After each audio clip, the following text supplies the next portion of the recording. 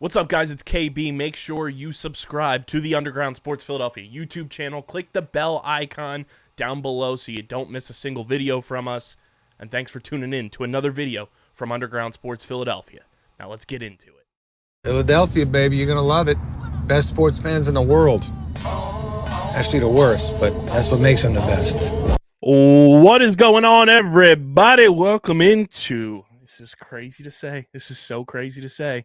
But welcome in to episode 700 of Underground Sports Philadelphia, presented by the city of Vineland. Yes, 700 episodes. Insane. Who would have ever thunk we would get to 700 episodes? It's your boy KB coming at you from Underground Studios and joining me like he does every single Wednesday recording night and in your ears and eyes on Thursdays.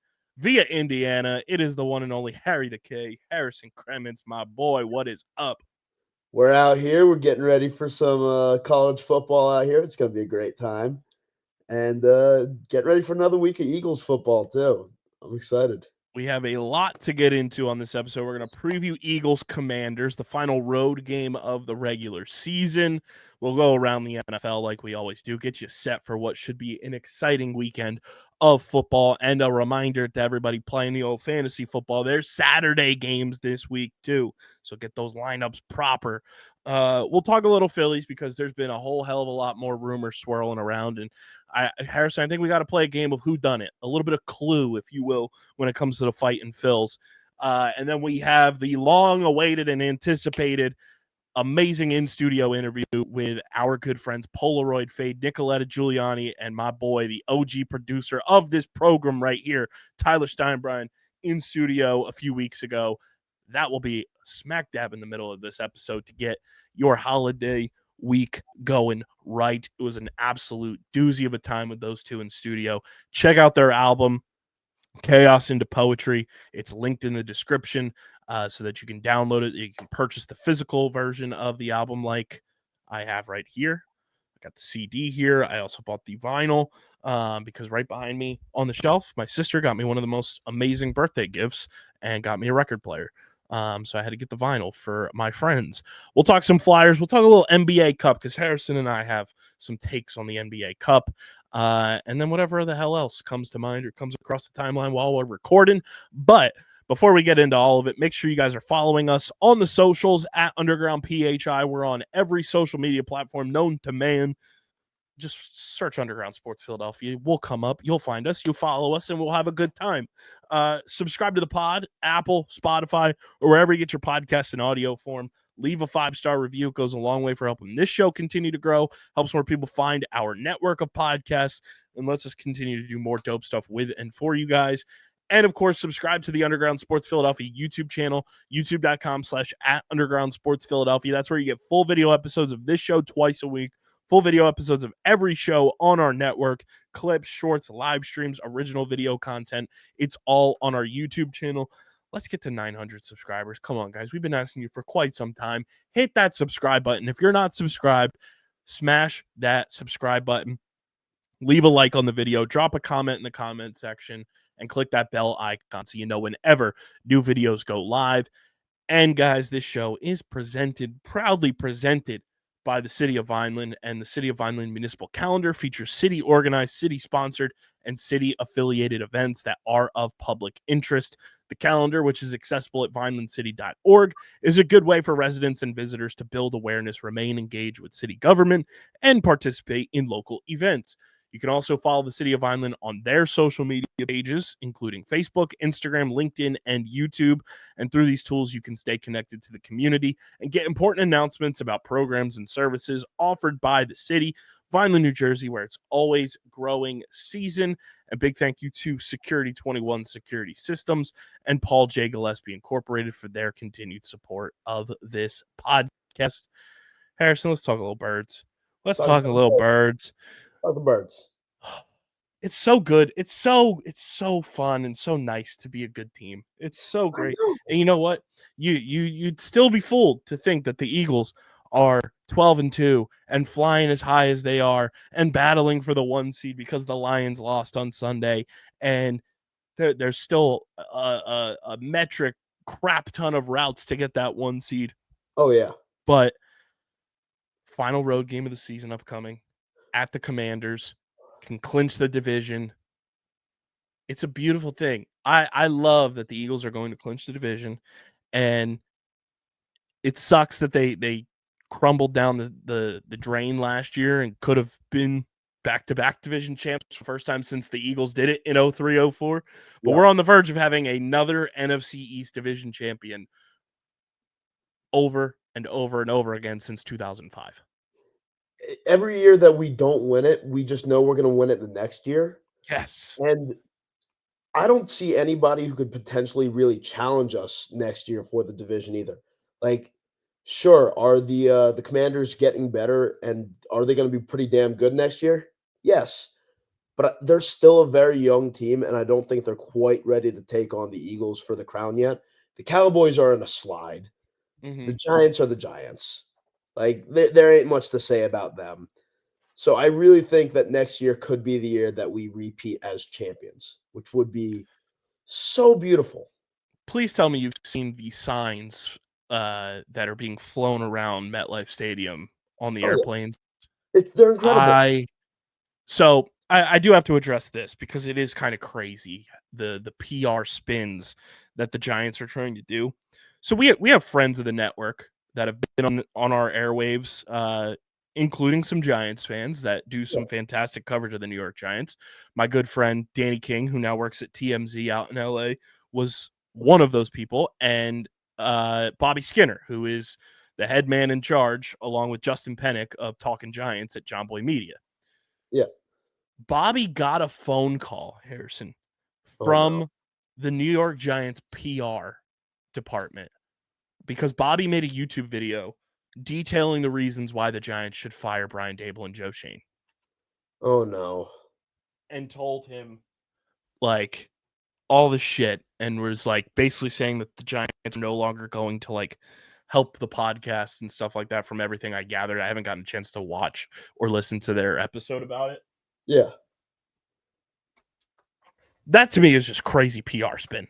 You're reaching out to independent media companies to not talk about your team because you want to be in this good graces. You killed any chance of being in good graces when you went on Hard Knocks this summer. Yeah. They really don't. Like, it shows that their team from top to bottom is just in shambles. Mm-hmm. Absolute shambles. And I do kind of feel bad for Giants fans because, as we talked about a few weeks ago, they at least know they can talk ball. They know what they're talking about for the most part. But they're not Cowboys fans. And, my grandpa's a Giants fan. I got a little soft spot on my heart for them, my cold, dead jersey and heart. But it's just a shame that one of the best rivalries in the NFL, the Eagles and Giants, has turned into such a one-sided affair. Because you can't tell me that those games when both of those teams were fun or good weren't the most fun games you've ever seen in your life. Like the Deshaun Jackson Christmas Day, or not Christmas Day, but the punt return. Beautiful. Miracle Part 2. And I hate to see a team like that go down the drain. The only team that I take exception for that with is the Cowboys. If they went down the drain like that, I'd love it. I'd eat it all up. But right. But back to a winning team. back to a good. And the opponent that we face this weekend.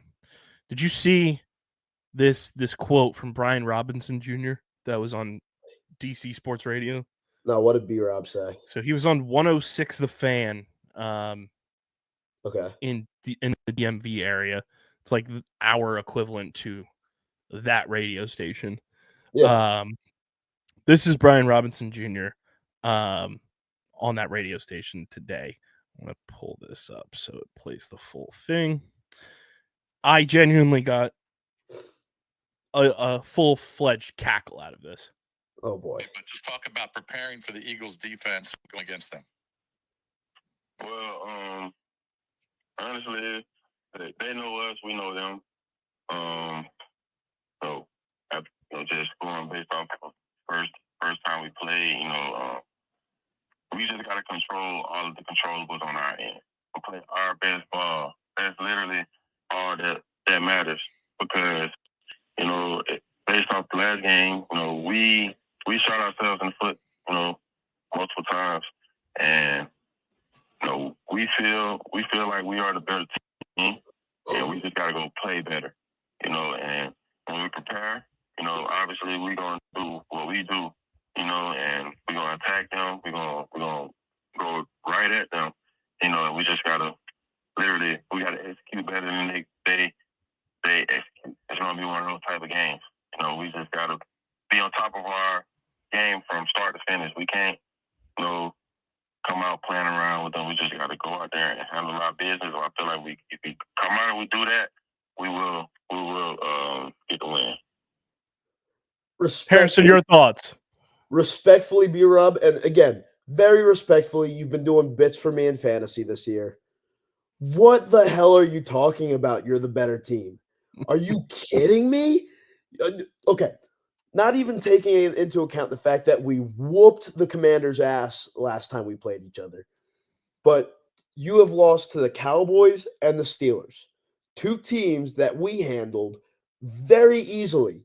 And you fumbled both of those games away. Like, not literally fumbled, because I forget whether he fumbled the ball or not. But you doink the game away against the Cowboys. You failed to convert on a first down against the Steelers. Those were all winnable games. In those situations, if the Eagles were in that kind of situation, they would have converted. Yep. And it's the proof's in the pudding that you did not. So funny to me. Like, I get you want to get your squad hyped up. You're trying to make the playoffs too, but hilarious comedy there from Brian Robinson Jr. You're the better team. Shut up. No, you're not. If you were the better team, you would be 14-0. If we were in elementary school or middle school and you handed that assignment in Brian Robinson Jr. and I was the teacher, I would say, you didn't show your work, nor did you explain your answer. Yes. And if it somehow in elementary school, you wouldn't even get a sticker. You get a red dot. You would go from having you had the green, yellow, and red cards. Your card would go down to yellow. Yeah. It's like, stop fucking around. Just take a chill pill, go to timeout. You're not in trouble yet, but you gotta ease it down a little bit, bud. Take it down about 10 notches. It's so funny. I love that this game is a 1:00 start for the Eagles on Sunday. Oh, yeah. It's beautiful. They have a chance to clinch the division, have a chance to clinch the 1 seed. Will it happen? Remains to be seen. See. I just want huge. I just love that Jalen and AJ shut everyone up. I talked about it on Sunday. I literally was dancing in this seat. There's a video of me on TikTok dancing to Squabble Up by Kendrick Lamar because that was my vibe. And just silenced everyone. And this team is in the heads of every national media pundit, of every local media pundit. Did you see Dominique Foxworth this week on Get Up? He said, I couldn't believe it was ESPN. I had to do like the Mr. Krabs thing, take my eyes out and polish them. Dominique Foxworth had the gall and audacity on national television to say that Jalen Hurts has pretty privilege. He's been under the gun so many times this season. Are you kidding me? That is the most scrutinized player in the NFL. It gets better. How does it? So then a clip from Dominique Foxworth, his podcast, that his wife was on the episode, was talking about how she thinks Jalen Hurts is handsome, and you could see how it made his blood boil. He's so jealous and so just little man syndrome about Jalen Hurts that he has to just degrade another man on national television, say, oh, he gets excuses because he has pretty privilege. What the fuck are we doing? Hey, man, just if you're that upset about Jalen Hurts, tell your wife how mad it made her you feel that she called another man handsome. Be a little more secure in your marriage, dude.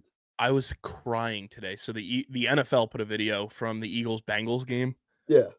Of Jalen when he was getting ready to do the tush push, and Jalen just goes like this before he snaps it.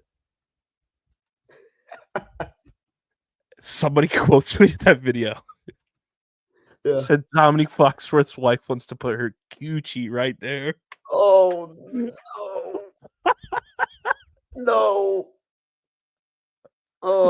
With the Oh, most diabolical spelling of that word. Kewchie. that is, as you said, diabolical. Diabolical. Absolutely. Oh, just brother. Ugh. Ooh. I Come couldn't on, believe that is what ESPN has been downsized to, is you have your analysts, and for Yeah. everybody just listening, I air quoted heavy there, saying that a quarterback has pretty privilege because he finally went and shut everyone up. Yeah. And not only did he shut everybody up, he did it in dominant fashion. Like he went out there, 290, 2 touchdowns in the air, 1 on the ground, and just, I mean, 1 fumble given away, but no passing errors. Mm-hmm. Just played.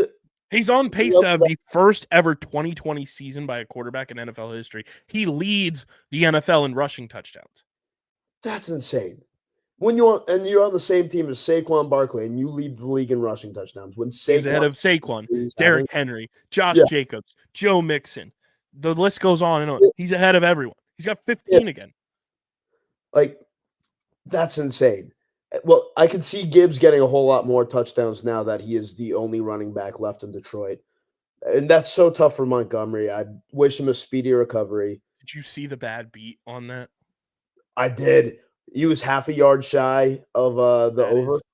All-time bad beat. So for anybody that missed it, David Montgomery, running back for the Lions, got injured in their game against the Bills. His preseason over-under total for rushing yards was 775.5. Yeah. He finished the year with 775. It's so brutal. That's so brutal. And he was having a hell of a year, too. It's just a damn shame. And I'm trying to pull this up here. Jalen's got 18 passing touchdowns. Yep. This season. And rushing touchdowns. He's got 14. Ridiculous. He needs conversation too. Literally, like it should be the top 3 right now. He's gonna come damn close to finish. He's probably gonna finish with like 800 rushing yards. Yeah, the top 3 right now should be Saquon Barkley in first, Josh Allen in second, and then Jalen Hurts. Because you can't put Lamar Jackson above Jalen Hurts right now. No, Jalen Hurts beat him head to head and defense made Lamar look stupid. Yeah. Like Jalen's got 589 rushing yards this year, 14 touchdowns, and passing wise, crazy. He's 2,892 passing yards, 18 touchdowns. That's crazy. Like he's been balling out this year. He's going to have another 3,000 plus yard passing season, which he's had in every single full season he's played. Yep. And he's going to finish with probably a career high in passing touchdowns. Probably. Which was last year with 23. So he needs 5 more passing touchdowns the rest of the season to match his career high. Which he'll get. I mean, and he's going to break AJ a lot more now. He's going to break his rushing touchdown NFL record that he and Josh Allen set last year. Yeah. At 15. He's at 14 right now. Crazy. Absolutely crazy. I just love that he's so good. He's so awesome. I love that he did the photo shoot with the 2 shoes. I love that everyone's calling him Jalen 2 Shoes Hurts. It just fits. It's a perfect nickname. Shout out to Dewani.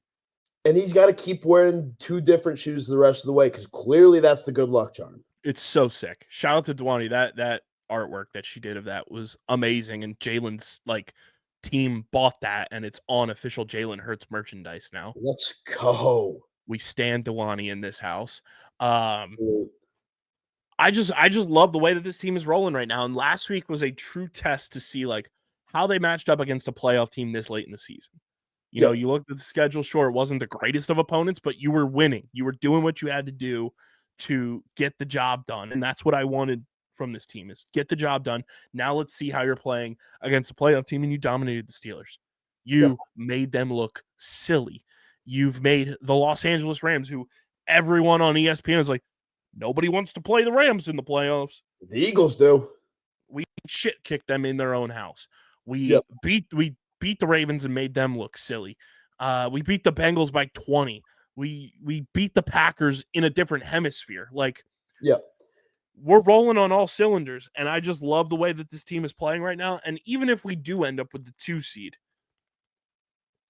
I'm fine with that because, number one, you're more than likely playing the Commanders in the first round again. And at home again, like, I know the old adage is you don't beat the same team 3 times in a season. But the way the Eagles are rolling right now, I don't think anybody's stopping them, especially in the NFC. Now, if the Lions were fully healthy, I would be worried about them. Yes. But since they're so beat up, I just can't see them beating us in the NFC. They have, what is the number?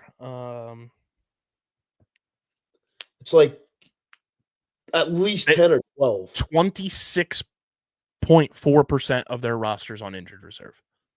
That's insane. 14 guys. It's not like guys who see the field once or twice or make like 1 or 2 plays a game. Impact it's guys. Only Hutchinson.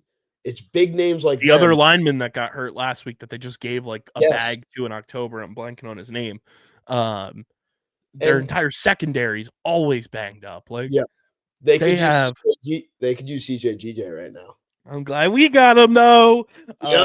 Did you see that clip of Xavier Legette talking about his welcome to the NFL moment? And he's like, that safety from the Eagles, really, he just smacked me. Yeah. I also, just a quick non sequitur. I absolutely love Xavier Legette. He's amazing. He's so funny, and he doesn't even mean to be. Like raccoons. Yeah. I'm just excited for this game. I think the Eagles have everything rolling for them. Run the football again. Against this Commanders team, pass the ball when you need to, and like you prove to everyone you can win passing the ball, running the ball, and the number one thing it boils down to, and you and I have talked about this since you've come back on the show, it boils down to this defense being fucking elite. Week in and week out, and that's exactly what they are. They're the number 1 ranked defense in the NFL, week over week over week. And that's why they're winning these games the way that they are. They are bullying their opponents on offense and preventing them from scoring, which allows the Eagles to kind of just go and be loose on offense and not have to do too much. Yeah. I think it's what's his name? Malik Joe on Instagram. I love his weekly voiceovers, especially the Jalen Hurts. All right, go. Look, I'm in the end zone. Touchdown. That simple. And it really is. It feels like that's how they play every week. Just nice and chilled out on offense. Meanwhile, the defense is punching people in the face. Which I don't know if you saw this. Did you see Zach Bond posted on his Instagram of him walking into the game last week wearing a Flyers jersey? Throw the bag at him, Howie. Give him let him sign it. Let him sign it. He deserves as much as we can give him. This team's awesome, and I have to ask the question. I don't know if it'll happen because I don't know if the Eagles necessarily need it. So a report came out today that if the Dolphins miss the playoffs, which they're on the cusp of doing, that they would grant Calais Campbell his release so that he could sign with a playoff team. Oh. Would you bring someone in from the outside in Calais Campbell, 38-year-old stalwart veteran, like respected league-wide, to come into the rotation at the D-tackle spot, DN spot in this Vic Fangio defense, where I want to see if he lined up with them at all. I don't think he's ever played for Fangio. But, he's a 2019 Walter Payton Man of the Year. He's a Defensive Player of the Year winner. First team All-Pro in 2017 with the Jags. Yeah. Do you bring in Calais Campbell to potentially help him get his ring? So if it was any other player, I would say do not screw with this roster right now. Just don't mess with it. Everything's cooking. Let it ride. But since it's Calais Campbell, and as you said, respected league wide, veteran, and we're missing that veteran presence right now with Brandon Graham done for the season. I say screw it. Why not? Maybe don't throw him in on every single rotation. Like, just give him a few looks here and then. But he would be a good locker room guy. I really think he would help mentor the young guys on our D line. And that would be a great mentor to them. So, yeah, screw it. Bring him in. Get him his ring. He deserves one. It would be cool. I don't know if they'll do it just because looking at the Eagles' defensive depth chart right now, on your defensive line, it's Milton Williams, Moro Jomo, Jordan Davis. Granted, Byron Young technically listed as your other defensive tackle. He's on IR. Jalen Carter, Thomas Booker IV, Nolan Smith, Jalix Hunt, Brandon Graham's on IR. Yep. And then you have Zach Bond, Jeremiah Trotter Jr., Oren Burks at the linebacker spots. On the left, Nakobe Dean, Josh Sweat, and then Bryce Huff's 21-day practice window just opened today Oh, as nice. we record this. So he's on his way back as well.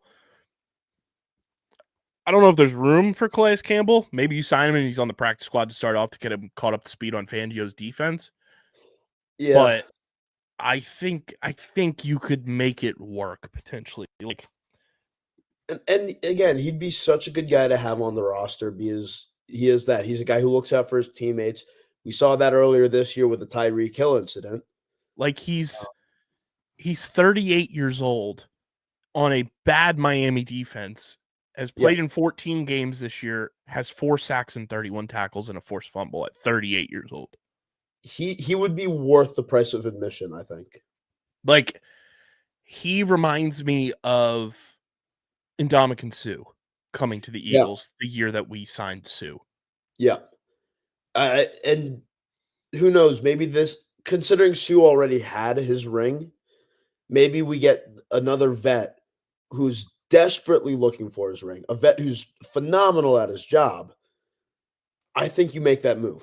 I really think you make that move. It seems like such a Howie Roseman thing to do. He's 6'8", 307. He's a behemoth. Mix that with Jalen Carter and Jordan Davis. Oh, my God. You know what? Fuck it. I'm in. Sign Calais Campbell if he gets waived. Granted, he's going to get waived, so other teams are going to. But I think he also has the respect league-wide. Yeah. That he's only going to. They would let him go through waivers to a team that has potential to win. Yeah. I wonder what the waiver. Like, let's be real. He's only going to he'd go to us, he'd go to Buffalo, he'd go to Detroit, maybe Kansas City, maybe.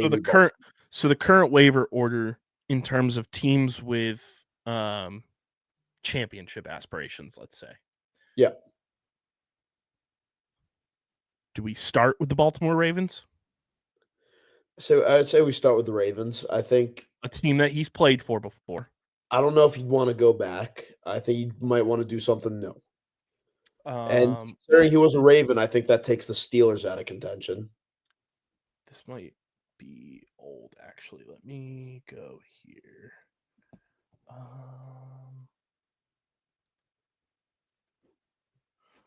Because that waiver order was from November.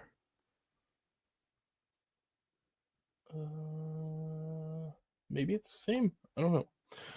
Fuck it, we ball. Well, in terms of contenders anyway. Ravens, Packers, Steelers, Vikings, Eagles, Bills, Chiefs, Lions. Okay. Which it basically goes in order of your record, reverse order. So the Eagles will be ahead of the big three that they're also categorized with the Lions, the Chiefs, and the Bills. Yeah. And then, or they might be behind the Bill. They might be behind the Bills because the Bills are what 11-3 losses. Yeah. So the Bills would be ahead of them, which would suck if he went to the Bills. That would just be a brutal shot. I think the only teams you'd really have to worry about, like, potentially nabbing him would be Green Bay, Minnesota, the Bills. Yeah, I agree. Because if he gets past those three, the Eagles could absolutely sign him. Unless the NFL teams are just like, hey, we're going to do right by you and let you sign where you want. Yeah. And just, like, let him clear waivers and go to the team that he wants to go to. But you know what? I'm in. You convinced me. I'm in. Eagles, sign Calais Campbell. Why not?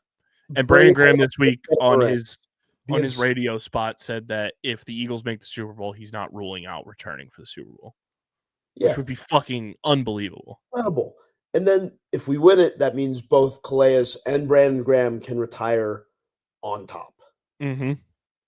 And that would just be a beautiful end. It's a shame we couldn't do it for Kelsey, but we can damn sure do it for Brandon. And BG deserves that, considering all the good he's done in Philadelphia. Yeah. Like, I don't know if I've told you this before, but my mom met BG a while back. And she's not a big football person. She actively hates football, actually. She's so different from me and my dad and my brother in terms of that. But when she came home that day, she had nothing but great things to say about BG. Said that he was one of the sweetest humans that she's ever met. And genuinely such a good guy. So he deserves to get one more ring. Ensure the Hall of Fame, because he is definitely a Hall of Famer. But let's just make it certain that he's a Hall of Famer, you know? Absolutely. And I mean, since we're always right, Harrison, what are you looking for the Eagles to do in order to win this game? Because ever since you've come back, we have predicted what they needed to do every single week correctly without fail. Again, this week, it's very simple. It's the same strategy as the last time we played the Commanders. Let Saquon run it down their throats, because he's coming off his worst week of the season, in which he didn't even do that bad. Let's be honest. He had a pretty damn solid week for, 95% of the running backs out there. But since he's Saquon, we expect more. Right. So what I'm going to say is just give it to him, let him run it through. And, occasionally hit AJ and Devontae. Make sure that the haters are completely silenced. Get AJ 60, 70 yards. Get Devontae 50, 60 yards. And just dominate them on the ground. Yeah. All about that. Just bully them. Just absolutely bully them. Yeah. And just play stalwart defense again and make Jane Daniels, run around and be scared and make him make bad decisions. He's a rookie. He's going to make mistakes, especially when you pressure him like the way we can pressure him. We've got a loaded NFL slate this week. And before we get into that, I want to talk to you guys about 47 Brand, our breakdown of the Eagles and all that Eagles banter is brought to you by 47 Brand. They are the #1 place to shop for your favorite sports fan this holiday season and year round. You guys see me rocking the 47 Brand hat. I'm wearing a 47 Brand shirt right now. They are truly the best in the game. Shop this holiday season for your favorite sports fan, whether it's NFL, MLB, NHL, NBA. They've got Premier League, their NASCAR collection stuff is unbelievable. Even if you're not a NASCAR fan and you just like the aesthetic of what they provide, it's truly the best. Use our link in the description, get free shipping on all orders this holiday season and year-round with our friends at 47 Brand. So shop for your favorite sports fan, get free shipping year-round with our link in the description, and join the 47 family today. And our Around the NFL segment, Harrison, is brought to you by our good friends at Paramount Plus. And guess what, guys? It's Around the NFL, which is American football, but European football is back on Paramount Plus this week as the Carabao Cup quarterfinals are here. Don't miss Tottenham and Manchester United squaring off on Thursday, December 19th at 3 p.m. Eastern time under second-year manager Ange Postecoglou. I probably just butchered that hardcore, and guess what? I don't care. Tottenham has found success by pushing the pace. It's gotten them this far, but will that recipe continue to work against a stout opponent like Man United? Catch all the action on Paramount Plus. This is the destination for soccer fans. Stream Carabao Cup matches live and so much more on Paramount Plus.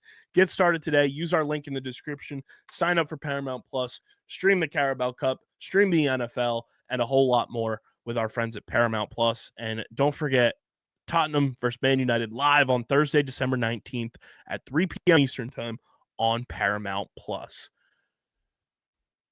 NFL slate's loaded this week with doozies of games. Thursday Night Football, frisky matchup, playoff implications galore. The Bo Leavers against the Superchargers in LA. Broncos Chargers gets us started this week. And then our 2 Saturday games, the Texans at the Chiefs. A lot of playoff implications there. We'll see if Patrick Mahomes got his super soldier serum and is ready to go, or if Carson Wentz will be playing for the Chiefs, which I saw the funniest post through this week. Harrison said the Eagles can fulfill the prophecy by beating Carson Wentz in the Super Bowl.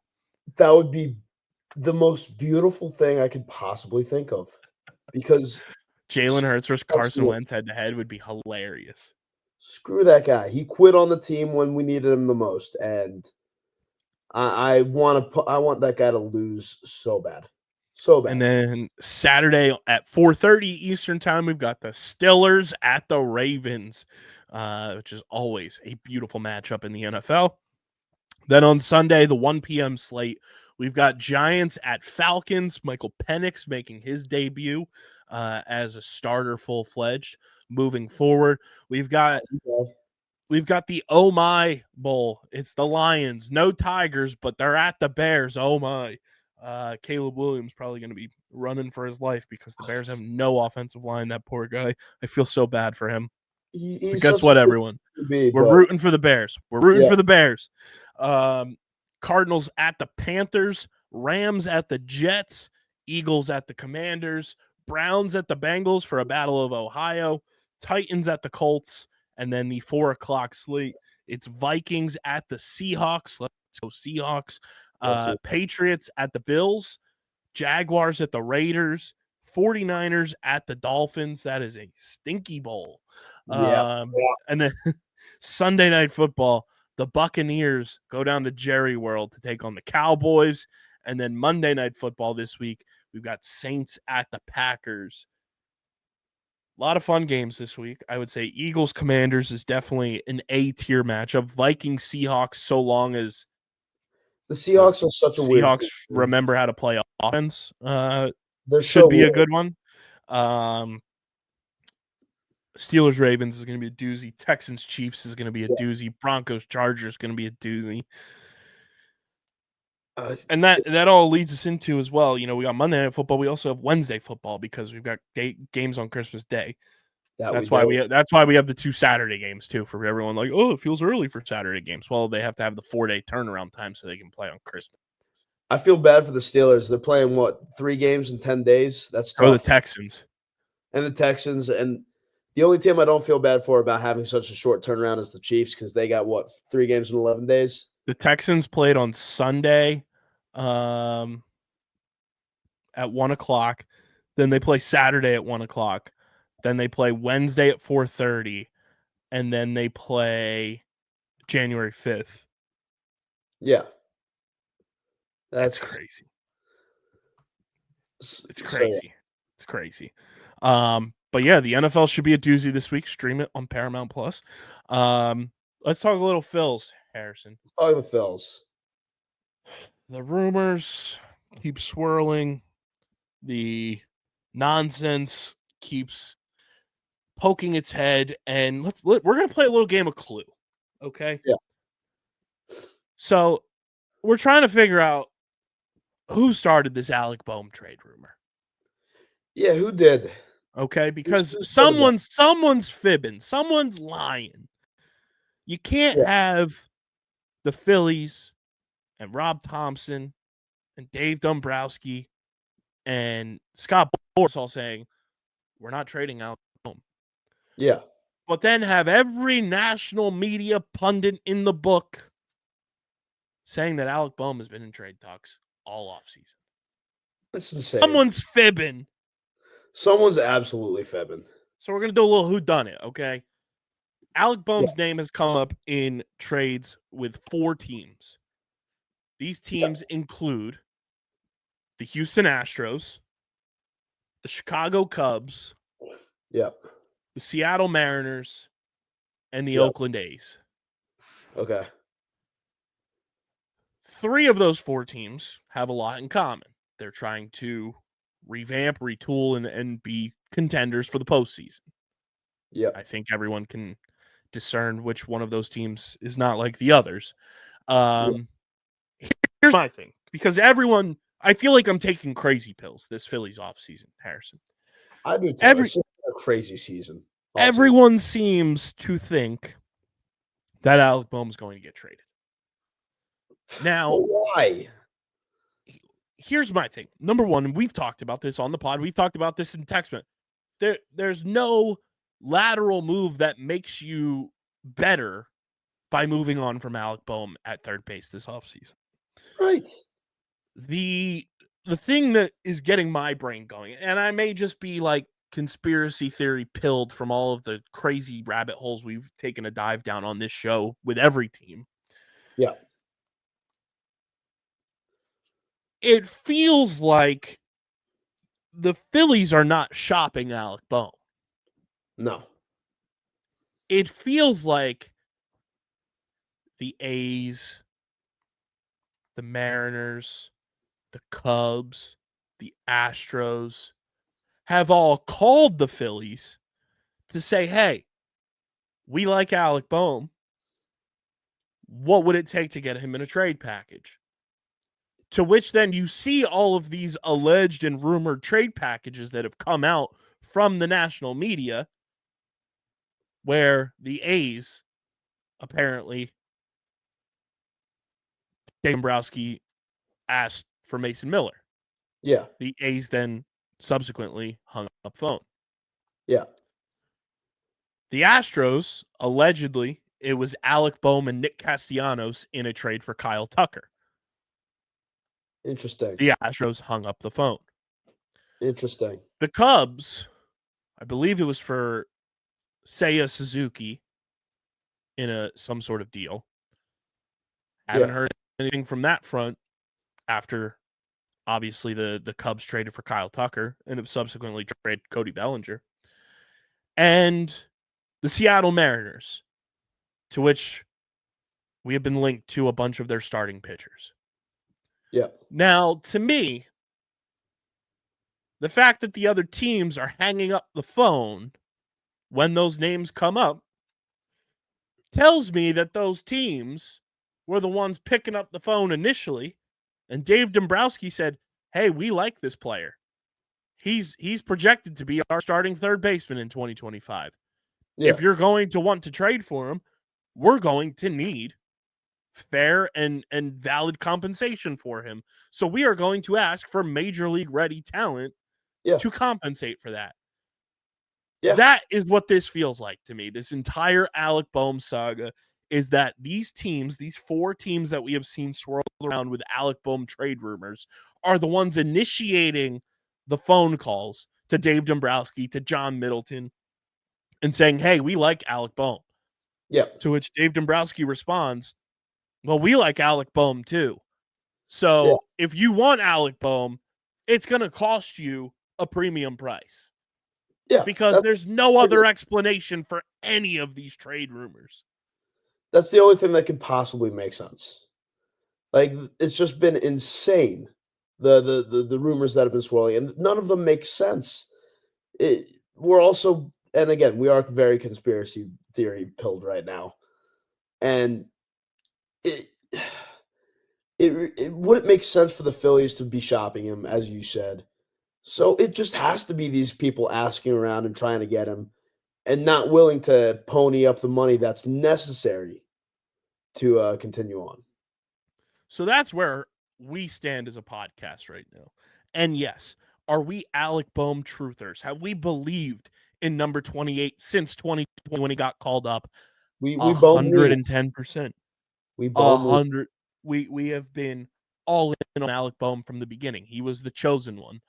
I feel like I'm in the very minimal minority and I know you're in my corner on this too, that Alec Bohm will be starting third baseman for the Philadelphia Phillies, pending some insane blockbuster trade. Yeah.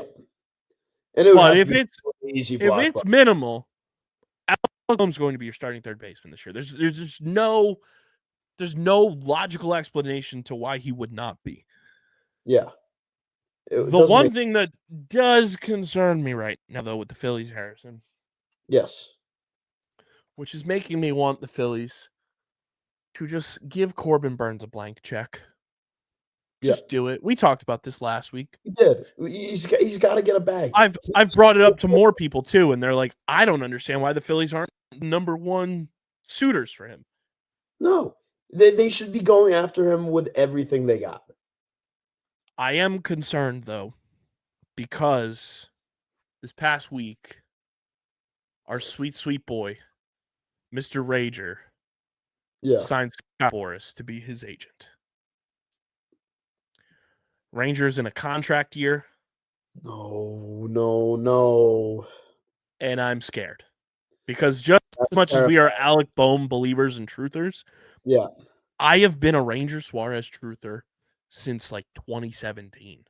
And when I first saw his name on the prospect list, I said, that guy's name is Ranger Suarez. He's going to be a star. And he has been. I'm nervous that they're going to lose Ranger. Same. But that just sucks so much. What does give me hope is that the Phillies are a team that works very, very well with Scott Boras. That is very true. We have Scott Boras' number one client, and his name is Bryce Harper. So that should help, hopefully. But I am nervous that in a contract year, Ranger has signed Scott Boras to be his agent. That is definitely worrisome. Which also makes me want to just push the chips in the middle for Corbin Burns. Because if you feel like you're going to lose Ranger, he might be traded at some point. And then you have Corbin Burns to replace him in terms of like talent production at the top of the rotation. And then you have Andrew Painter here as well. Yeah.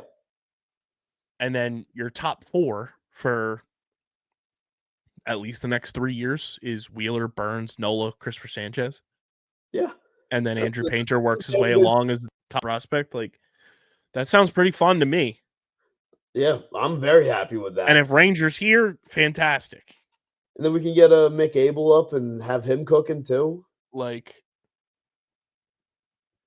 I feel like I'm going insane simply because Corbin Burns hasn't been tied to the Phillies. And what is the Phillies' MO with signings? They're always lurking in the shadows. Their signings come out of nowhere, and that's making me want to believe that Corbin Burns is going to be a Philly. I agree. Because it feels like it's taking very long for a guy who so many people going into this offseason linked to like a handful of teams. And you're telling me nobody wants to sign a 3 years removed Cy Young Award winner? Someone's like, we've got to be building up to sign this guy.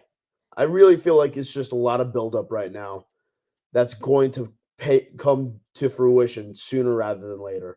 Or at least I hope so.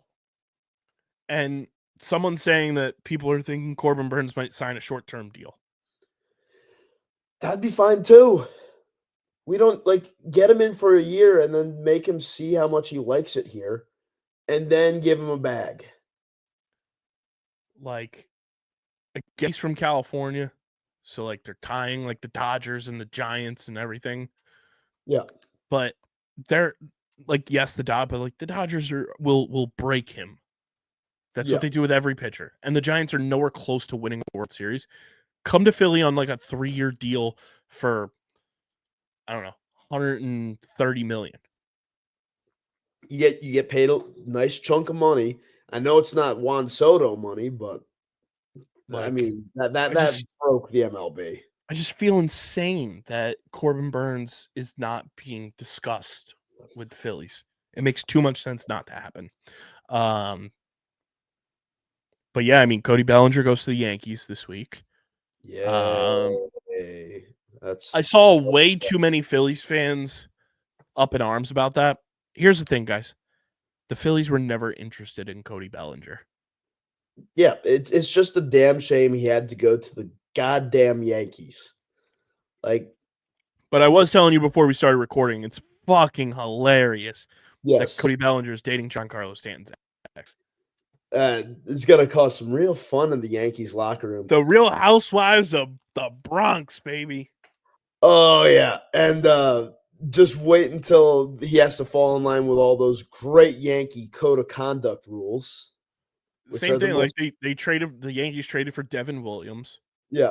Who people did the photoshopping of Devin Williams' beard off of his face, and oh my god, the aura that he lost was insane. And everyone's freaking out because all these teams are making frontline moves right now. It's still not even Christmas, guys. And here's the thing. So many people are treating the Phillies because they lost in the playoffs the way that they did. I feel like a lot of people have lost sight on the fact that the Phillies won 95 games last year and won the division for the first time since 2011. They're a damn good baseball team, guys. That they are. They are a damn good baseball team. Here's my wish list right now going into the Christmas season. Re-sign Jeff Hoffman. Bring me Teoscar Hernandez, because I don't know if you saw, the Phillies are apparently on his short list of teams he's willing to play for. Yep. And bring me Corbin Burns. That's all I want, Dave. That makes the Phillies improve upon last year. Yep. And you stick Teoscar Hernandez out of the first round of the playoffs. Like, you stick Teoscar Hernandez in left field, Brandon Marsh in center, let Rojas continue to learn how to hit in the minors.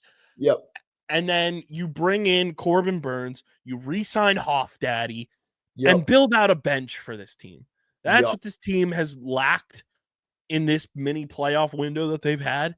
Is it's been Garrett Stubbs, it's been Edmundo Sosa, to a degree Cody Clemens, who I like as a player, but the Phillies bench has been comprised of way too many similar type of players. Yes. Like, they have way too many like utility infielders. They have no outfield pop off the bench. None. And they're lacking that so bad. Like, bring me a Jock Peterson. Bring me a Jorge Soler. Like, somebody like that to come off the bench that at any moment you need somebody to pinch hit, can fucking knock you in an RBI double, can smash a 3-run home run. Like, they don't have that off the bench. Player. Like, give me a Max Stairs kind of player. That's the last time they've had a bopper off the bench. Yep. And we're missing it. We're missing it back. Like, that's a key component that this team is missing. And I don't care who it is. Soler, Jock Peterson, whatever it needs. I wanted Brian De La Cruz. Of course, he goes to the fucking Braves, and I have to hate that he's on the Braves for a year. Yep. Like, go and bring me somebody off the bench that can, like, be a force. And at the trade deadline, if they stink, go and trade for Andrew McCutchen. Like, bring him back. But you need a bench. Back in a Phillies jersey. He was so fun. He's the best. Like, you need a bench on this team, and it's something they are lacking big time. Trying to think of any other MLB moves that may have happened this week. Not too much, I don't think. But that's my rant there on the Phillies. Yeah. Everyone just needs to calm the fuck down. And it seems like the teams are coming out for Alec Bohm, and it's not the Phillies conjuring up the trade rumors. So that's where we stand on this podcast. It's all smoke and mirrors for nothing. I feel like everybody just loses their mind about the Phillies constantly. We all just got to calm down and remember that it's still only December. Yep, 100%. And our Phillies and winter meetings and hot stove is brought to you by Tomahawk Shades, the best small batch eyewear in the game. From sunglasses to blue light glasses to prescription lenses, Tomahawk Shades has you covered. You only get one set of eyes, guys. Make sure they're protected. I wear my sunglasses all the time. I love my Tomahawk Shades. I've got the blue light glasses down here in the studio for when I'm editing. They truly are the best. I sleep better when I'm wearing the blue light glasses. My eyes aren't as strained. Get yourself a perfect gift this holiday season. Go to tomahawkshades.com or download the Tomahawk Shades app in the App Store and Google Play Store. And when you go to checkout, use our code USP. That's code USP for 25% off your next order from our friends at Tomahawk Shades. That's tomahawkshades.com and use code USP for 25% off your next order. Harrison, before we keep it moving with the sports, we've got a badass interview on this episode. No better way to celebrate 700 episodes than with an amazing in-studio interview. Polaroid Fade, right out of South Jersey.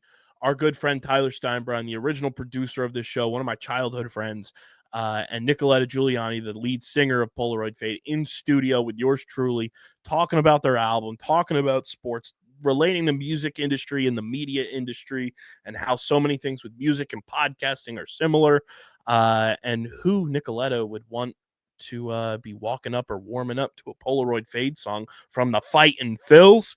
You'll hear it and a whole bunch more in our interview with Polaroid Fade. And Polaroid Fade is brought to you by our awesome merch partners at PHI Apparel Company. From their unique designs for all, there's no doubt in our minds you'll stand out in the crowd all year round, and especially this holiday season. PHI Apparel Company can get you decked out to rep the Phillies, the Flyers, the Sixers, the Union, and of course, the Birds, and official Underground Sports Philadelphia podcast merch.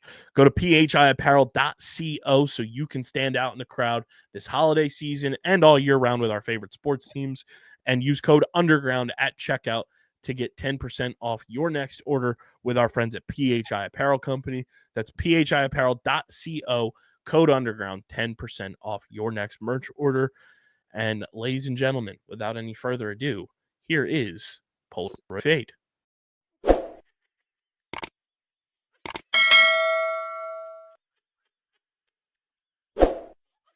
All right, everybody, welcome into a special interview here at Underground Studios. We've got in studio one of our first in-studio guests. It's been a while since we've had an in-studio guest, but it's a homecoming for our OG producer, Tyler Steinbrun and Nicoletta Giuliani. We've got Polaroid Fade in the building. Their new album, Chaos into Poetry, just released on Friday. Guys, welcome to the studio. Tyler, welcome home. Hey, good to be back. Congratulations on the album release, guys. I've been listening to it. It's absolutely amazing. Perfect description of it. It is total beach vibes.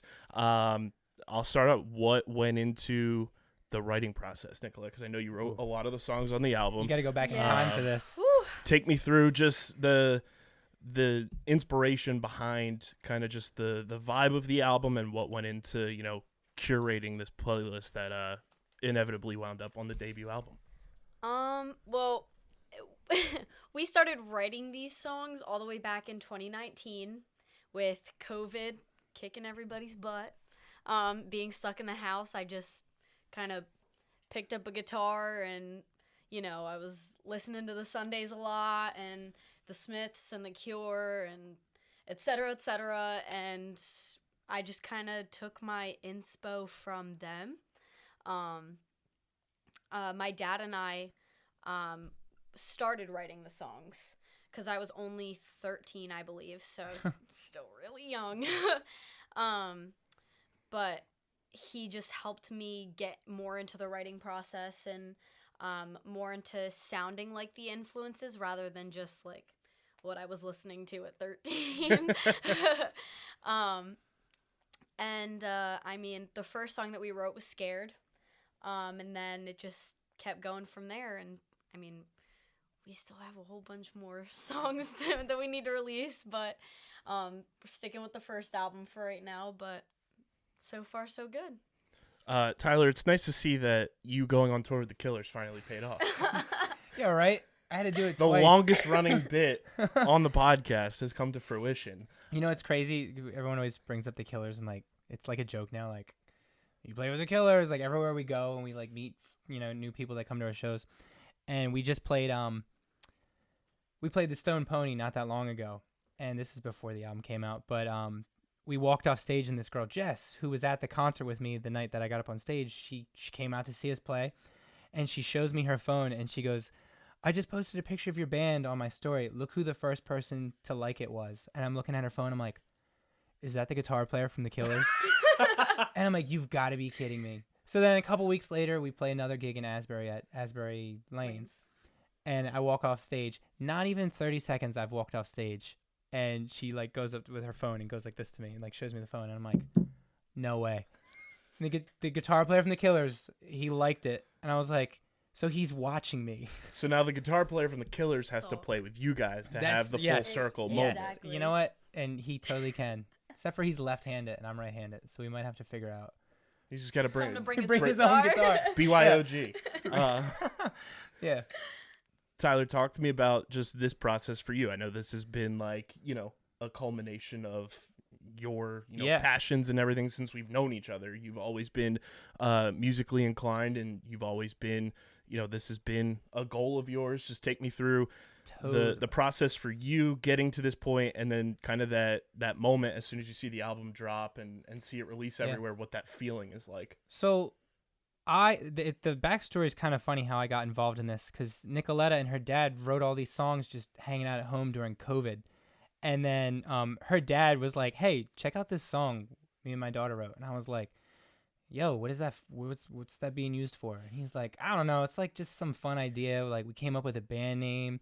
And I'm like, I will totally be in that type of band. So he was like, really? And I'm like, yeah. And he's like, find other musicians. Let's put a band together and let's do this whole thing. So like, I mean, these songs on the album, like I've had to play these live for over a year, right? Yeah. Some of them, the last two songs of the album, we've never played live. But all the other ones, we've been playing live for a year. So for it to finally, like if you only come to the show, that's the only way you heard it. Mm-hmm. Now that it's on CD and vinyl and cassette, yes, there's cassettes. That's sick. But 90s babies. They're coming back. It's just crazy. Like finally, like okay, like now people can hear these without, still come to the shows. But like it's cool that like people are going to start coming to the shows knowing the songs already, because they have them now. And like I relate to that. Like you were here from the beginning with the podcast. Like for anyone that doesn't know, in the whole process, Tyler was our original producer of the show to make sure that the ones and twos, the threes and the fours were running. We were in a tiny closet. We were in a tiny studio to the side of where this one is. And, the amount of tech issues that we had early on and everything were crazy. We had folding chairs. We had a black drape behind us. Like, it was crazy. Yeah. And as soon as we put that first episode out, it was like, oh, wow, like, we did that. Yeah. And it's kind of the same feeling, I would assume. It's like, that album drops, you see it on Apple Music, you see it on Spotify, and it's like, oh, we did that. There's the whole, same thing with the podcast. You've noticed there's been big milestones. And, like, this is probably the biggest one, I would say, right now. But, like, for us, it's like venues. Like, we just played a bigger show. We played a bigger show. And every show, it's like we were getting more fans, but it was just to be like, there's going to be an album one day. Like, if you like the show, like, we're going to give it to you on your iPhone. Like, it's cool. Yeah. And, to see just the public reaction to the album dropping, we obviously follow you guys on social media and seeing everyone posting about it, like, they're listening to it on their phones and everything. What is that reaction? Seeing so many people just in your corner, knowing they support your music, which means they're supporting you guys in this journey, and just seeing so many different walks of life kind of being in your corner for this project release. I mean, this happened like your senior, you're in college now, but like your senior year, she was like, "Hey, everyone, I'm in a band." So like you could talk about that more. It was just kind of dropped on them. Yeah. They were like, "What? When did this happen?" I was like, "Hard launch." But I mean, we've had a bunch of positive reviews from it so far. Like, I mean, even prior to the album being released, like all of my friends that have come to the live shows, like, it's only been good reviews. Like, people are like, oh, I like this song the best. When are you gonna release it? And I'm like, it's coming. Just wait. And I just, now that it's here, like, everybody's been jumping on it. And I mean, honestly, I didn't think that we'd get so many like reviews from it. didn't think that many people followed us, to be honest. I mean, I was seeing all of the story posts the day of on Friday, and I was like, Yeah. where did you come from? What's So it was mind-blowing. Like, your friend Connor, it's funny because he's been That's asking. exactly. There's a song on the album called Thursday, and we played it live like 2 or 3 times, but I think we played it once, and everyone was like, "Yo, like, why don't you guys like play Thursday more? Like, like, when are you gonna release it?" And we're like, "It's coming. There's an album. Shh, we can't tell you yet." But like, so that's been like all her friends have been like asking about like tracks just because they've been to all the shows that you start to know it, you know. What is the feel? You know, you talked about playing like different venues and stuff. Like, I'm gonna say, I was boots on the ground. I saw you guys at the Piccolo Cafe. That was the first show. I was there. Oh man, I loved that show. To go from something so small and local like that, not that that is anything wrong, like that's an awesome venue, but to go from that like hyper localized venue to, you know, going up to North Jersey, going to Philly, going to all these different venues that are much larger and seeing that growth process. What is it like when you kind of like take it in for the first time when you walk into the venue, and then when you walk out to, you know, kind of play that first song? What is that feeling like at a new venue for you guys where you're kind of like hitting that checklist of like, oh, we're playing a new venue here? yeah. Well, we played our first venue out of South Jersey, third show, was it? Yeah. Because that was Low Dive with Sonic Bloom. Yeah, we That was all Tyler. We got asked. We asked the band if we could open for them in Asbury Park, and they were like, "You guys were great. Like, oh my god, like how long have you been playing?" And we're like, "This is our 3rd show." You had just seen us like the week before at Piccolo Cafe. Right. Yeah. So like stuff like that's cool because, you know, you're going outside of your neighborhood and playing a place and people like it. You're like, oh, maybe we should come back. And then like there's the other venues like Stone Pony is legendary. And you're like Bruce Springsteen stood on this stage. I'm like, man, I really hope I don't screw up. Not that Bruce is gonna walk in the door and yell at you, but like there's like those legendary places and stuff. I don't know if you want to tell Kyle about our first headlining show coming up.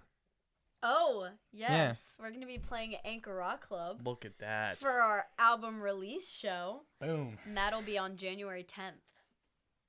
We got to get everybody out. That'll be a great show. That'll be our first time headlining, right? Yeah. Officially, yeah. Officially, yeah. Yeah.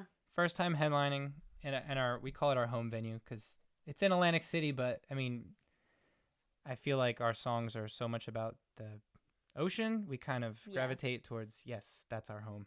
Yeah. And you guys have played there a couple times, right? We have, we haven't headlined yet, so this will be our 4th time. I believe so. 4th time, yeah.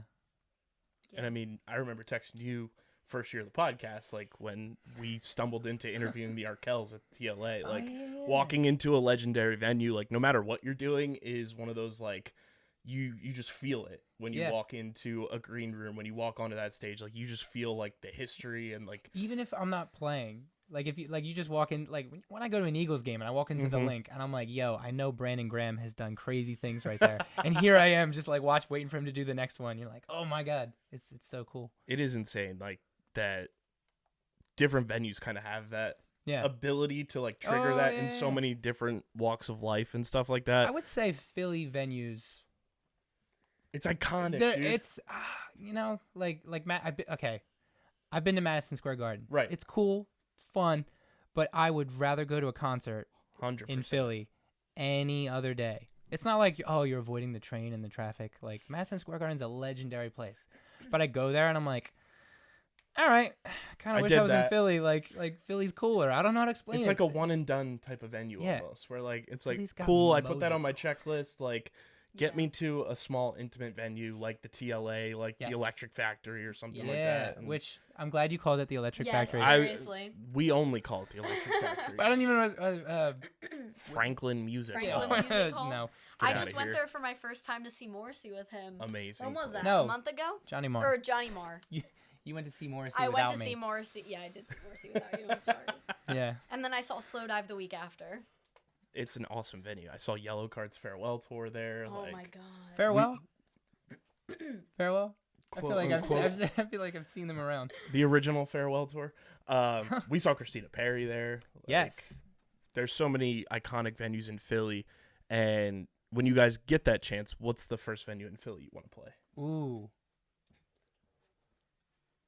Because I feel like there's always that that every band talks about. So her dad played Electric Factory. So Yeah, like I'm I gonna feel say like when Electric we went Factory. there, yeah, Jeff was like, "Oh, I remember playing here on stage," and we were like, "Oh yeah, that's right, you played here." Yeah. Like, yeah, okay, we want to do that. Yeah, I think it's gotta be that's- Electric Factory. I feel like That's mine, every yeah. band gets their start in Philly at World Cafe Live, Yeah. So yeah, we can't say anything, but there's yeah. which you've Yeah. played. Yes, we might play it sometime soon, but we can't say anything right now. We are held. But it's We're funny. not actually you held, said that but- name, and we were like, "Are we allowed to say that?" We're like, "No, shh, We cut the looked at mic." each other. So maybe I'll say maybe World Cafe Live might be in the near. It is very funny how like every like band that comes through Philly that eventually like blows up, like they're like, we remember playing World Cafe Live. Yeah. We remember playing, all these different like smaller venues, and then you see them at the bigger venues and their growth and everything. And I mean, Tyler, you've played one of the granddaddies of them all. So let's not sneeze at your Wells Fargo Center appearances. Yeah. You know what? I'll tell you what. Based on my experience playing small places, like I would rather play small places. Like I remember being up there on stage, and I'm like, I can't hear anything up here. Like, I felt like I was in a tunnel. And like when we play like Anchor Rock Club and Stone Pony, I'm like, look, I could still see the people in the front row. Like I can hear things. Like, okay, I could see the back of the venue. Wells Fargo Center, it's terrifying. You're up there and you're like, I have no idea where the wall is I can't even imagine. in the back. Yeah. I wouldn't know how to react. No. You just kind of go like autopilot. Yeah. You're like, I hope I You know what kind I'm of just have to doing. like blank everything out. Yeah. And just No, go. seriously. And I mean, you're 1-1 in terms of playing with the Killers and the Eagles, winning a Super Bowl. Yes. We might need the Killers to come through Philly again because the I'll Birds see are what I can rolling. do. There was, And a win, loss, it means the pendulum's got to swing back this way, and we got to go for another win. You know, the Killers did just announce 3 encore dates for their Vegas residency. Maybe I have to fly Go out play to this- go maybe play I the gotta Sphere. fly out to Vegas. Oh, play the Sphere. Yes, that's our next goal. So funny. Oh my god, that's our next goal. The Sphere. Just the overall just like building process and putting an album together, listening to so many different bands that have talked about this. What went into the process of this song gets number 1, this song ends up here on the list? How did that process That's go a for you you guys question. to kind of build out the story of this album? I guess it was okay. So I guess it was kind of a group effort, Tyler, because I know we definitely asked for your opinion for a lot of this stuff. Yeah. Like there was a lot of like, hey Tyler, what do you think about the order for the album? And he was like, maybe this song and this song should be switched, but I mean everything was just kind of like the A side is pretty much all of the already like released singles that we have out before, like prior to the album, and then the B side is like Cotton Candy Skies, which was released, but then it's like the 4 other songs that weren't released at all until the album.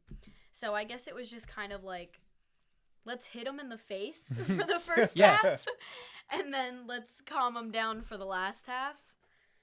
The last, I'd say this to everyone, the last song on the album is like, you start it and you're like, oh, this is cool, this is a vibe, and like the last 30 seconds you start to do this thing where you're like, oh god, I'm floating away. Like it's, oh man. And we haven't played It's we so haven't played it good. live There yet, you so go. when it So happens, woo. January 10th. Yeah, and I mean, January 10th.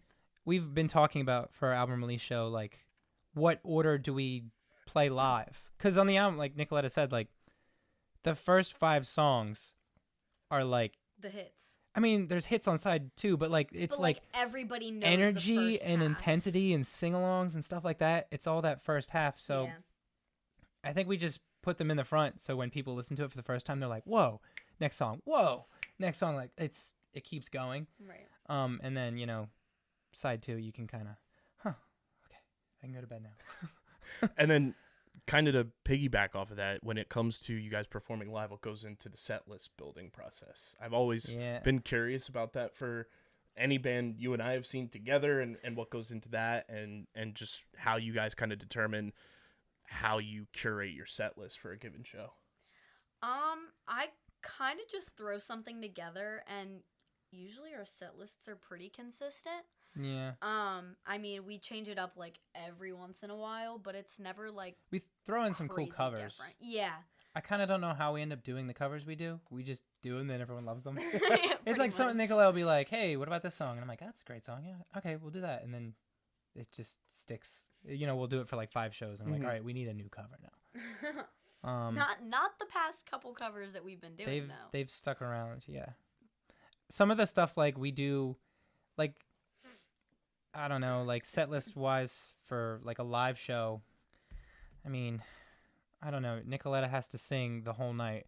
There's not like we take a break for Nick. Like Nicoletta, you go backstage, take a break. I'm gonna do a guitar solo. Like no one wants a guitar solo. Yeah, I feel like that definitely plays a part, just because Just like the pacing of it. Scared is crazy for me because Yeah. it's very like not scream in your face, but it's pretty in your face. Yeah. And it's a hard song to sing if it's like right after Bliss or like right after one of the covers that we do. It's funny though, but like we like pace out the show, so it's not like Nicoletta like goes crazy the first 3 songs and then chill the rest of the night. Like there's a nice, you want your Ebb set and list to have flow a to nice it. curve. Like so Yeah. so everyone's like, oh, this has got to be the last song, and then they're like, oh, it totally is, and then you hit 'em with the encore, and they're like, what? yeah. So yeah.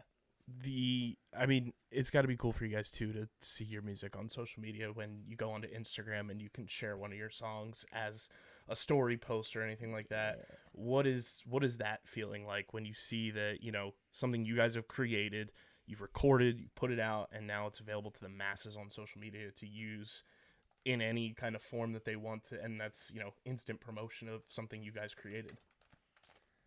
It's great. It's literally great. It's a dream, honestly. Yeah, it's just like the social media thing. Like you just open your phone, you're like, wow, people, they do care. Like, it sounds like you like someone reposting your thing. Like, does it mean a lot? Like, yes, it does. Like like, oh my god, like when people like share like even just like I don't know, like a score update. Like you're like, oh, people are. Like there was multiple games that I think I watched through Underground Sports. Yeah. Because I don't think I had Hulu at the time, and I was like, what's the score? And I'm like, let me check. Kyle probably has something up. And I'm like, yeah, here we go. Perfect. Thank you. Like, and I got my stuff. Like, so stuff like that, when people share your stuff, it does go a long way. Because if people aren't sharing your stuff, then, like, it's not going to go. You're almost talking to It's not yourself. going to go. You're like, it's like tweeting. Like, it just goes out into, like a server An somewhere. abyss. Right. Yeah, like, I don't know. Yeah. And I think that plays like a huge part in just like the sharing process and like getting things on so many different people's radars. And like, what has the process been like for you guys? You're signed to a record label now, and having that kind of come to fruition, and working with a label and seeing how that process helps get things out to the masses with their extensive Rolodex of everything that they have to offer. Yeah, they like have a guy for everything. It's kind of cool. Everything. like Pretty much. so Nicoletta does most of the communication with the label just because she's what's the word, not as stressed out and busy as me, I would say. I don't know. That's false Okay. information. That I think we're translates, pretty everyone. close. That I think we're translates pretty- to she's not as old as you. Yeah, no, yes. I'm just like, I'm always doing nonsense, and Nicoletta's like texting the label, and we're like, hey, we'd like to do some merch, and Nicoletta like tells everyone else in the band like, hey, we got a merch guy, and we're like, what? Like the label just has these people, and they just like throw them at us, and we're like, oh, this is awesome.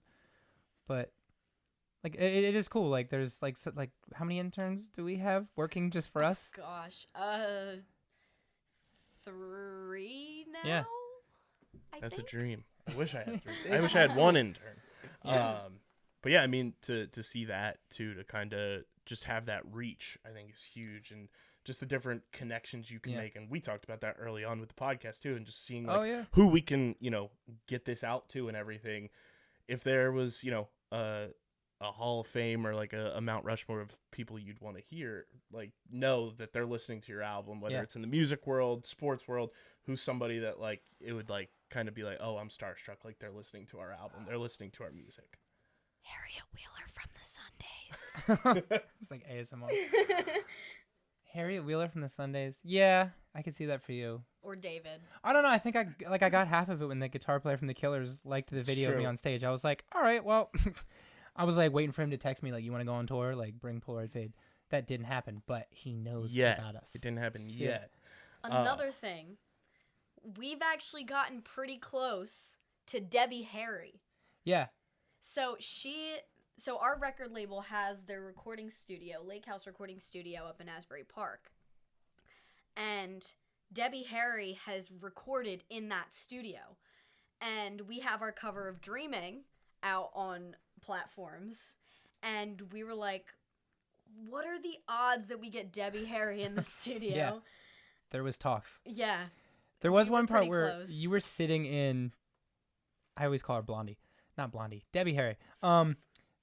She has like a chair when she comes to the studio. She sits in that chair, and like Nicoletta was sitting in the chair in the studio, and like Ashley from the record label was like, "Oh, you're sitting in her chair right now." And Nicoletta's like, "What?" And like, yeah, when she records here, like she always sits there, and Nicoletta's like, I'm I gonna don't wanna- switch I don't want to seats. sit here anymore. I was like, "Yep, that's crazy. That's wild." I think it's pretty cool, and I'm sure you relate to this, Tyler, just because you're a huge Eagles fan. But seeing Jason Kelce, Lane Johnson, Jordan Mailata, initially just the three of them in the Yes. studio recording a Christmas album, And, and like, now Stevie Nicks is walking in the door. they're doing concerts with Christ. Mount Joy Yeah. and doing original songs with them, and then they're pulling in every teammate under the sun. And like Howie Roseman was on the album last Oh, year. is he? Yeah, I didn't even know that. when they did, I think the dreidel song, because Howie is Jewish. Oh my They god. pulled Howie in for that. They have new teammates on the album this year. Jalen Hurts and AJ Brown were on it last year, and it's become this whole like collective.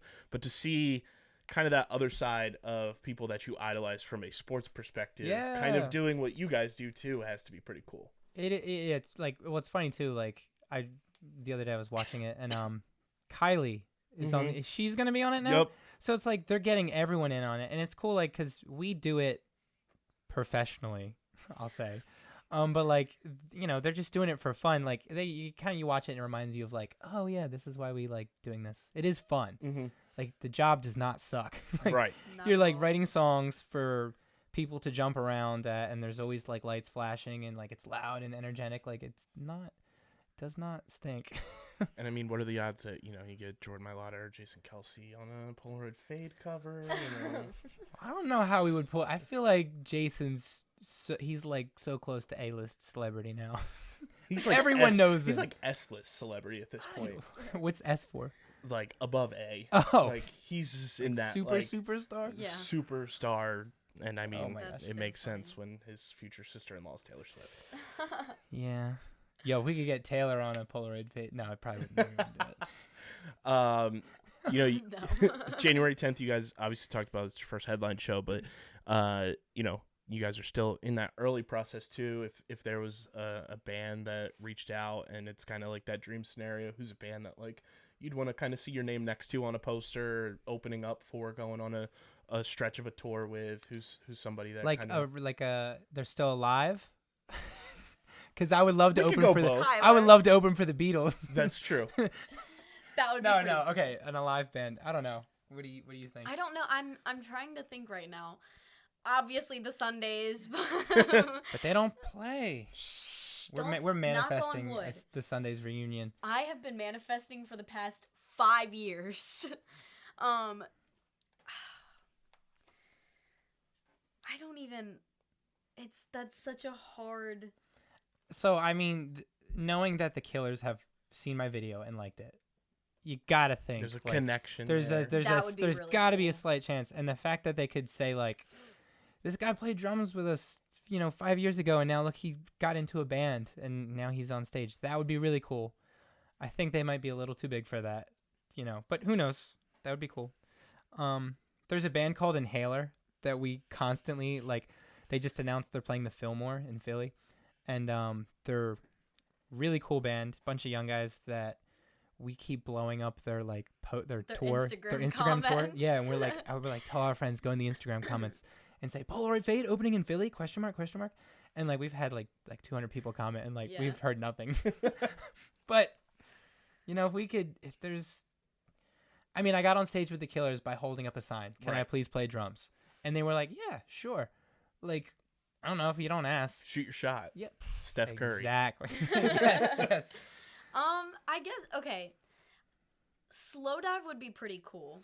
They are a little bit more of like a shoegazier band, Yeah. But I think that if we opened up for Slow Dive, I think that Slow Dive's fan base would also enjoy our music. Yes. Our fan base is so large too. It's like, what's the age range? Oh God. You're getting like 55, 60, and to 13? yeah, pretty much. I don't know. Yeah. Very so it's funny broad. at our shows you'll see you're like like the height is funny because there's 13-year-olds in the front and then The hair colors are funny. Yeah, there's the college kids and like oh look, it's grandparents' day over there. It's just, but they all like it, which is kind of cool. It's Yeah. not like one person's type of music. It's Yeah. And I think it's that's not universal, but it's good Right. for everyone. That's why we classify our music as dream pop, because dream pop really is a bunch of subgenres into Yeah. one genre. Because you're getting things from the Smiths to the Sundays, and then The you're getting a Cure. little bit of the Cure, and then a hint of the Cocteau Twins, and it's definitely all over the place, but they're still similar. Yeah. In a way. We're going to take a quick break, have a word from our sponsors, but on the other side, we have more with Polaroid Fade. All right, you guys were on local radio in Philly today. Oh snap! Take me through that process. I went through the 5 stages of grief. I was working while she was enjoying it, and then I got a text message later, and I was like, "Wait, we did what? What?" In So, all yeah. caps. We're on XPN. Which I feel like is one of those, they've been around forever type of things, but Yeah. that is such an integral Philly entry point. They are kind of that welcome mat to Philly music. Yeah. Oh, Yeah. big time. 100%. I mean, did you know we were going to be on it today? Um, Because I didn't know found anything. out- She found out. I found out they posted something on their Instagram, and it was us and then 2 other artist bands, and they tagged us in the post, and I think my dad was the first one to see it, and then I hopped right on that. I was like, there's no way. I skipped my English class today so I Hell could stay yeah. home and record it. So sorry to my professor for watching. But That's got to be the name of the next song. Sorry to my professor. Oh, we have a list of names next for Polaroid songs. Fade song. But I mean, and then I even talked to the host who played us today, and he was like absolutely love Bliss, and because that's a song that they played, absolutely love it. You guys sound great, and I mean, I was just my jaw was on the floor. I'm in the middle of work, and I'm check my phone, and she filmed her reaction. We'll show it to you, but it's so funny. It's just she's filming the computer, the radio's playing, and then all of a sudden the song ends, and she's like, ah, just screaming, and it's you don't, I don't know, when's the last time I was on the radio? Never. I don't know. It's kinda wild. When you got interviewed by Preston and Steve. Yeah, that's back to the Killers thing. Yeah. So yeah, no, it's kind of weird, and it's not gonna be the last time. Right. This is just the that's first the one. The beginning. first one was a really good one, and it's oh my god, there's so many more. So it's pretty awesome. It is one of those feelings that like you said, this is just the beginning of it, and so much snowballs from that Yeah. you don't even know how to properly calculate what's going to happen next. Oh yeah. And I feel like we went through that in the early stages of the pod, and you look at it now and it's what are we doing? Well, Yeah. I don't know, you started a podcast where you oh, I bet the Eagles win the Super Bowl. The timing of all that Yeah. was just perfect. and it was just all right, let's do it now. They won. Because Yeah.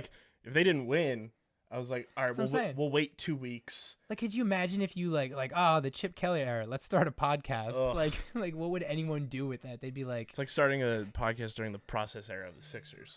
yeah, right? How are the Sixers doing right now? Pretty bad. All right, yeah. Pretty Kind bad. of thought maybe this is change up But overnight. their first round draft pick this year should be the rookie of the year, and another musically talented human being that I feel like you guys would really like. Who is this? Jared McCain.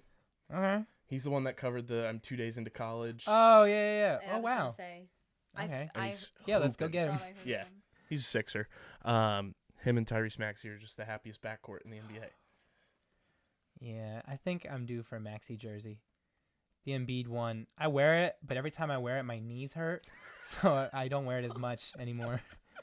That was a dig on Embiid. Was that an Olympic style? Yeah.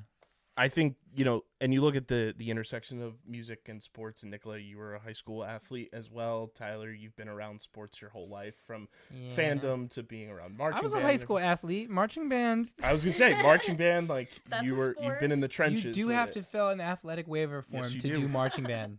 You get a varsity jacket? I got a varsity letter and a varsity jacket, and I don't think I sweated once. No, just kidding. How cool is it to kind of just see sometimes when that intersection happens of sports and music, and when you see like a song get associated with a team or an artist get associated with a team? How cool is that for you guys as musicians to kind of just see that come together moment of sports and music, where I feel like growing up, especially for you and I, Tyler, like those 90s movies, they always portrayed the band geeks and the jocks, and they were always enemies, but at the end of the day, we're the same people. Well, like you doing track, like we play a show and like half the like cross country team is in the crowd, which is cool. What was I gonna say? Oh no, like just like music play, like in sports when it's like third down, a song plays and stuff like that, and you like it's such a huge. They're related. I mean, there's no denying of it. There's a reason we do a Super Bowl music halftime show. Imagine playing that one day.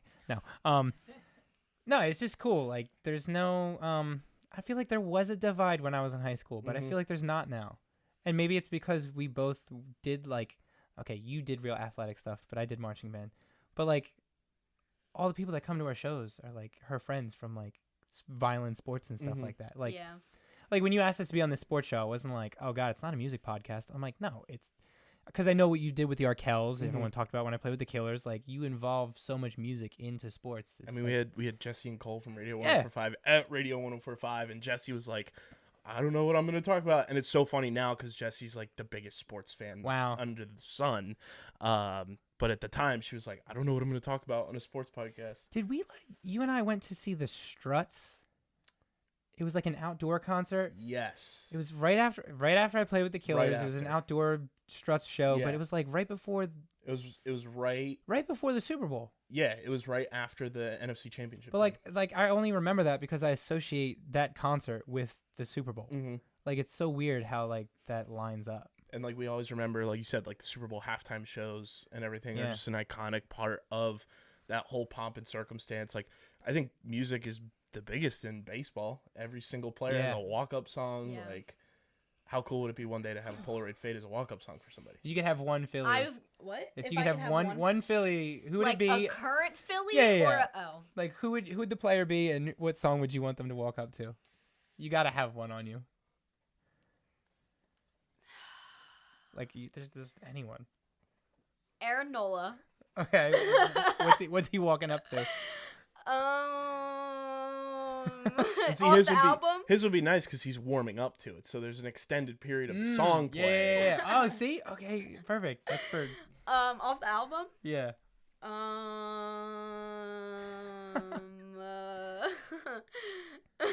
What if I said scared right now? That was a joke. Okay, I was gonna say. I don't know that I was. Doesn't joking. Scream confidence for a pitcher walking in. Like, yeah, here, what's he walking out to? Scared. Oh, great. I feel like Thursday would be pretty fire. Really? Yeah, it's because it's got like this cool like drum like and bass that. intro. Boom, boom, dum, dum, dum. Yeah, like, don't mess with me. That'd be sick. And I feel like music's like grown even more with like closers in baseball, where they get that pomp and circumstance now. They do like light shows now. Yeah, running out of the bullpen, light shows, like. That's insane. And it all started with the Mets closer with Timmy Trumpet and everything, doing it live, and then that was the demise of the Mets season, which was absolutely hilarious. But like even like Ranger Suarez warming up is Mr. Rager by Kid Cudi. Like there's so many cool aspects, I think, with baseball and music in particular. And then like you see when the playoffs are rolling around, like they're celebrating in the clubhouse. They've all got curated playlists and everything. We gotta hit up. I have an indirect connection to Garrett Stubbs. Ooh. Garrett Stubbs' dad listens to the podcast. Confirmed. Hit him up. We gotta send the album to Garrett Stubbs. Yeah, on the playlist. you could use any song on Polaroid Fade's album for a small fee of $9.95. I think that's the coolest part too, and like even with the Eagles when they won the Super Bowl, like Dreams and Nightmares is associated with that team. Yes, and I think it's cool to see like how music can kind of like attach itself to sports and like hockey. You have like goal songs and stuff like that, and I think it's a really cool just like intersection of that entertainment space where, I mean, even in like pro wrestling. Oh my gosh, comes together. I went to WrestleMania at the Link, like not knowing anything about it, and like just the funnest part is like them just walking out like a song starts and everyone loses their mind. They know based on that song who's coming out. Mm-hmm. Everyone starts. Same for baseball. Like every time I hear Cashmere, I'm like Chase Utley, let's go. Like you have A-OK with Bryson Stott. Yeah, I love Chase. I he's got the associate best one. your guys' album with Bryson Stott. Like when I listened to the album, I was like, oh, this is a Bryson Stott album. Yeah. It's got That's so that awesome. same kind of guitar, like mellow, like yeah, good vibes, like a chorusy guitar, yeah. Which again, Bryson Stott's mom listens to the podcast, Hey. so we can Hit us up. send this to Bryson and get that going. Bryson, you would love any other way. Yeah, no, totally, he totally would use it. This So yeah, season. we'll have to send it to all. I mean, it's crazy too. Like we were talking with the podcast too, and just seeing how that evolves and like. With you guys having a record label now and how that goes, like seeing where we started in that small room over there, and now I have like Philly's parents who actively follow us and listen to the show and interact with us. Crazy. And what episode are we at? we are approaching 700. Woo! That's crazy. Yeah. That's insane. Oh my gosh. 2 episodes a week since 2018. Oh my god. Crazy. Wow. Stay consistent. And it's like one of those things where like it's just scratching the surface, like you guys said, like Yeah. you're just scratching the surface with what you're doing. Like it's the first album out, and like that's just the start. Like we've done so much, you guys have done so much, but there's still this wide avenue that you can follow and be a part of that anything can kind of evolve from it. That's the cool part about music industry. Like, you could literally like meet one person that'll be like, "Oh, hey, I like that song. Let me go change your life." Like they literally can do that. Same thing for like podcasts and stuff like that. Like literally, if there's the one right person at the right time, right space, and they see it and they like it, they'll be like, "Oh, like I have to tell my friend about this," and their friend is like owns whatever. Like, hey, I like owns Sony. Hey, you guys want to join my record label? Like that's cool. That's like. Speaking of that, Yeah.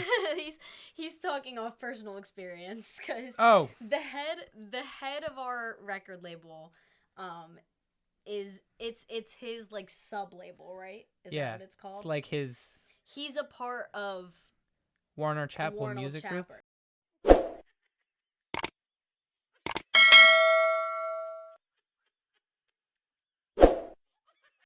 I'm Mayor Anthony Finucci. If you're looking for the right location, think Vineland, New Jersey. Our pro-business approach is supported by financial incentives, workforce development programs, and other resources which can give your business a competitive edge. Whether you're starting a new business or expanding to new markets, our business environment, infrastructure, accessibility, and quality of life make Vineland an ideal location. More information about how we can help your business grow can be found at vinelandcity.org. Vineland, New Jersey, where it's always growing season.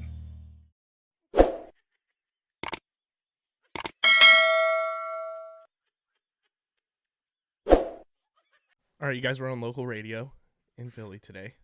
Oh snap! Take me through that process. I went through the 5 stages of grief.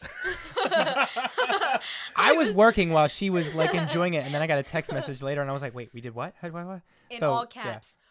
We're on XPN. Which I feel like is one of those, they've been around forever type of things, but like that is such an integral Philly like entry point. Like they are kind of like that like welcome mat to Philly music. Yeah. Oh, Yeah. big time. 100%. I mean, did you know we were going to be on it today? Because I I didn't know found anything. Like out- she found out. I found out they posted something on their Instagram, and it was us and then 2 other artist bands. and they tagged us in the post, and I think my dad was the first one to see it, and then I hopped right on that. I was like, there's no way. I skipped my English class today so I could stay home and record it. So sorry to my professor for watching. But That's got to be the name of the next song. Sorry to my professor. Oh, we have a list of names next for Polaroid songs. Fade song. But I mean, and then I even talked to the host who played us today, and he was like absolutely love Bliss, and because that's a song that they played, absolutely love it. You guys sound great, and I was just my jaw was on the floor. I'm like in the middle of work and I'm like, check my phone, and she filmed her reaction. We'll show it to you, but it's so funny. It's just like she's filming the computer, the radio's playing, and then all of a sudden the song ends, and she's like, ah, like just screaming, and it's like, you don't. I don't know. Like When's the last time I was on the radio? Never. Like I don't know. When you got interviewed by Preston and Steve. Yeah, that's back to the Killers thing. Yeah. So yeah, no, it's kind of weird, and it's not gonna be the last time. Right. Like this is just the that's first the one. beginning. Like the first one was a really good one, and it's like, oh my god, there's so many more. So it's pretty awesome. It is one of those feelings that like you said, like this is just like the beginning of it, and like so much snowballs from that like you don't even know how to properly calculate like what's going to happen next. Oh yeah. And I feel like we went through that in the early stages of the pod, and like you look at it now and it's like, what are we doing? Well, like I don't know, like you started a podcast where you like, oh, I bet the Eagles win the Super Bowl. Like the timing of all that was just like perfect. And it was just like, all right, let's do it now. They won. Because like if they didn't win, I was like, all right, we'll wait 2 weeks. Like, could you imagine if you the Chip Kelly era, let's start a podcast. Ugh. Like what would anyone do with that? They'd be like, it's like starting a podcast during the process era of the Sixers. Yeah, right. How are the Sixers doing right now? Pretty bad. All right, yeah. Pretty I bad. kind of thought maybe this is change up overnight. But their first round draft pick this year should be the rookie of the year, and another musically talented human being that I feel like you guys would really like. Who is this? Jared McCain. Okay. He's the one that covered the I'm 2 days into college. Oh yeah. Oh wow. Okay. Let's go get him. Yeah, he's a Sixer. Him and Tyrese Maxey are just the happiest backcourt in the NBA. Yeah, I think I'm due for a Maxey jersey. The Embiid one, I wear it, but every time I wear it, my knees hurt, so I don't wear it as much anymore. That was a dig on Embiid. Was that an Olympic style? Yeah. I think, and you look at the intersection of music and sports, and Nicoletta, you were a high school athlete as well. Tyler, you've been around sports your whole life, from fandom to being around marching band. I was a high school athlete, marching band. I was going to say, marching band, like you've been in the trenches. You do have to fill an athletic waiver form to do marching band. You get a varsity jacket? I got a varsity letter and a varsity jacket, and I don't think I sweated once. No, just kidding. How cool is it to kind of just see sometimes when that intersection happens of sports and music, and when you see like a song get associated with a team or an artist get associated with a team, how cool is that for you guys as musicians to kind of just see that come together moment of sports and music, where I feel like growing up, especially for you and I, Tyler, like those 90s movies, they always portrayed the band geeks and the jocks, and they were always enemies, but at the end of the day, we're the same people. Well, like you doing track, like we play a show and like half the like cross country team is in the crowd, which is cool. What was I gonna say? Oh no, like just like music play, like in sports when it's like third down, a song plays and stuff like that, and you like it's such a huge. They're related. I mean, there's no denying of it. There's a reason we do a Super Bowl music halftime show. Imagine playing that one day. No, it's just cool. Like, there's no, I feel like there was a divide when I was in high school, but I feel like there's not now. And maybe it's because we both did, like, okay, you did real athletic stuff, but I did marching band. But, like, all the people that come to our shows are, like, her friends from, like, violent sports and stuff like that. Like, like, when you asked us to be on this sports show, I wasn't like, oh, God, it's not a music podcast. I'm like, no, it's... Because I know what you did with the Arkells. Everyone talked about when I played with the Killers. Like, you involve so much music into sports. It's we had Jesse and Cole from Radio 104.5 at Radio 104.5, and Jesse was like, I don't know what I'm going to talk about. And it's so funny now because Jesse's like the biggest sports fan under the sun. But at the time, she was like, I don't know what I'm going to talk about on a sports podcast. Did we you and I went to see the Struts? It was like an outdoor concert. Yes. It was right after I played with the Killers. It was an outdoor Struts show, but it was like right before. It was right before the Super Bowl. Yeah, it was right after the NFC Championship. But like I only remember that because I associate that concert with the Super Bowl. Mm-hmm. Like it's so weird how like that lines up. And like we always remember, like you said, like the Super Bowl halftime shows and everything are just an iconic part of that whole pomp and circumstance. Like I think music is the biggest in baseball. Every single player has a walk-up song. Yeah. Like, how cool would it be one day to have a Polaroid Fade as a walk-up song for somebody? You could have one Philly. If you could have one Philly, who would like it be? A current Philly? Yeah. Or like who would the player be, and what song would you want them to walk up to? You got to have one on you. Like there's anyone. Aaron Nola. Okay. What's he walking up to? See, his would be nice because he's warming up to it, so there's an extended period of the song playing. Yeah. Oh, see, okay, perfect. That's for off the album. Yeah.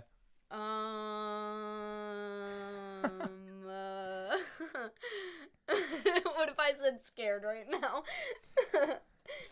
That was a joke. Okay, I was gonna say I don't know that I was doesn't joking. Scream confidence for a pitcher walking in. Like, yeah, here, what's he walking out to? Scared. Oh, great.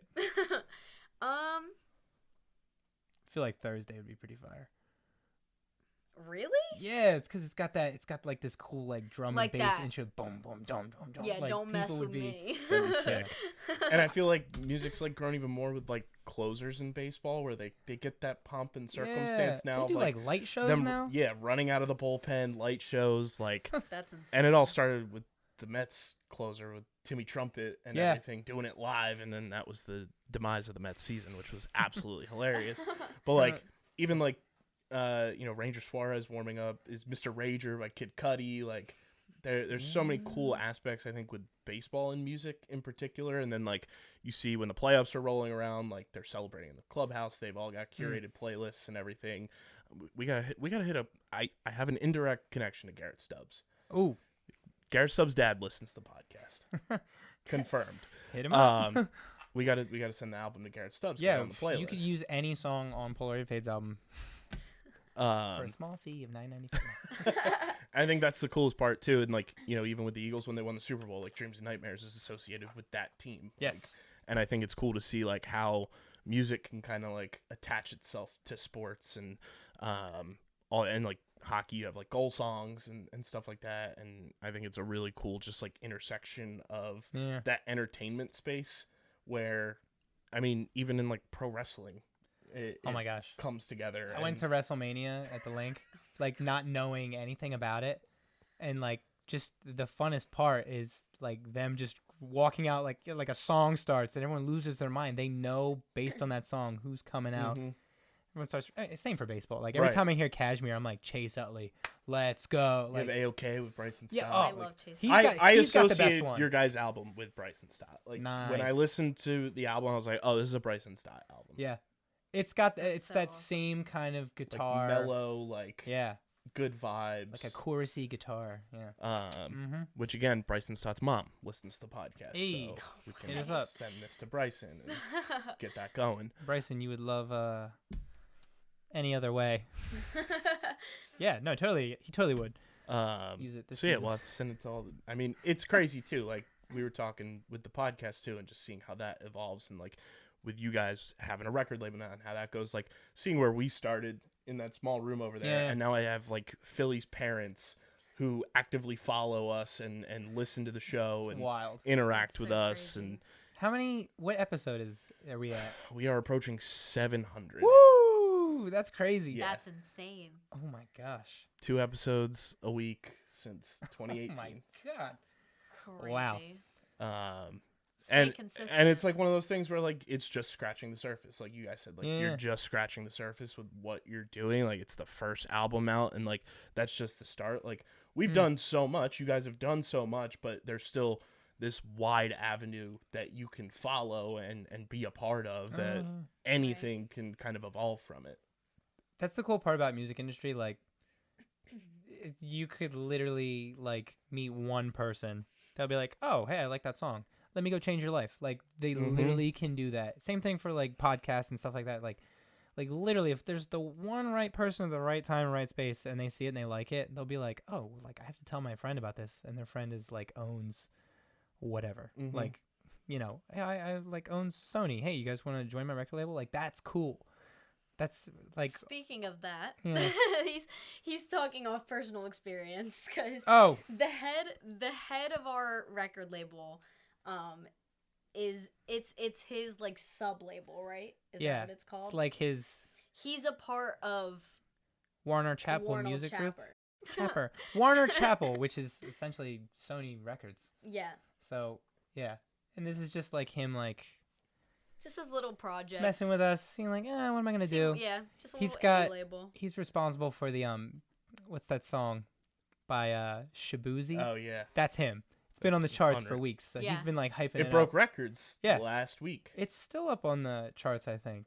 I believe so. Yeah. It's the longest running active song on the charts, and he didn't win a single CMA. That's insane. That's the world for you.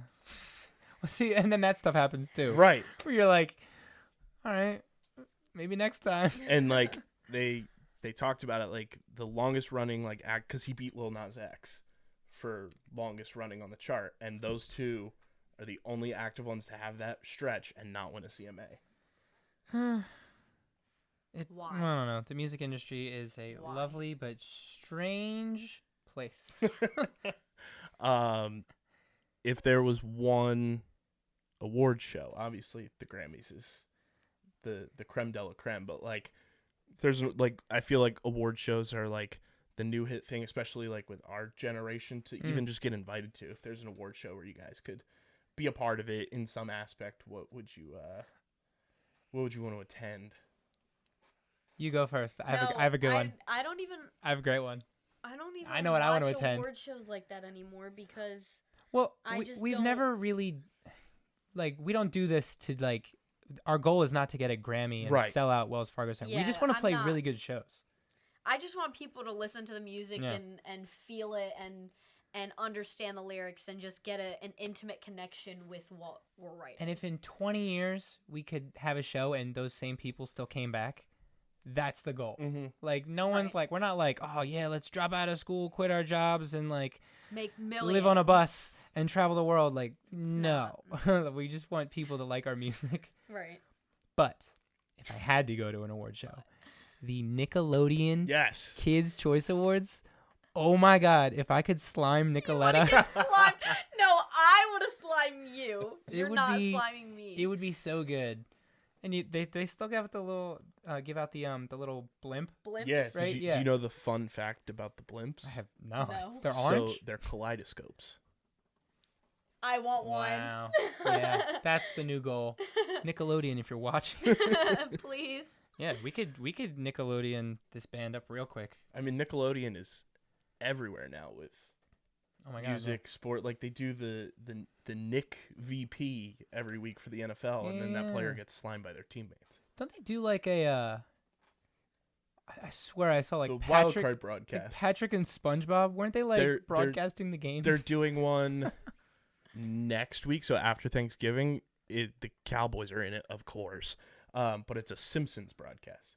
Oh wow! Interesting. So they're doing like this whole intersection of like pop culture, and I feel like music plays a huge part in that. Like, that would. Hey, I'll get on some Simpsons kitty Nickelodeon sports. I don't even know what they call it. It's not the real thing. It's like AI enhanced. Like I see they like draw like the stuff on the players. Yeah, they've done like a Toy Story broadcast on Disney Plus for so stuff. Funny.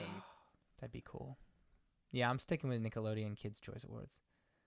Solely so you can slime me. That is the only reason. Yeah. Well, no, and like I don't know. I feel like there's a high chance that Jack Black might be there, so that would be kind of cool for me. I don't know. Grammys, I always get mad at the Grammys. Never goes the way I want. Like I don't bet on the Grammys, but I watch it and I'm like, oh yes, Dua Lipa's got this, and then she doesn't. I'm like, That's why I like the People's Choice Awards and stuff Yeah. like that, where it's like it feels like there's not that much bias because it is like a lot of fan voting. So it's like what the people want to see awarded for what they do. Yeah. how do you get to vote in the Grammys? There's probably some academy. I mean, like, technically, like, we have like an album out. We should send the ballot to our Best new artist. to Polaroid Ballot. Fade. We will pick the next artist of the year. I think That's too much pressure.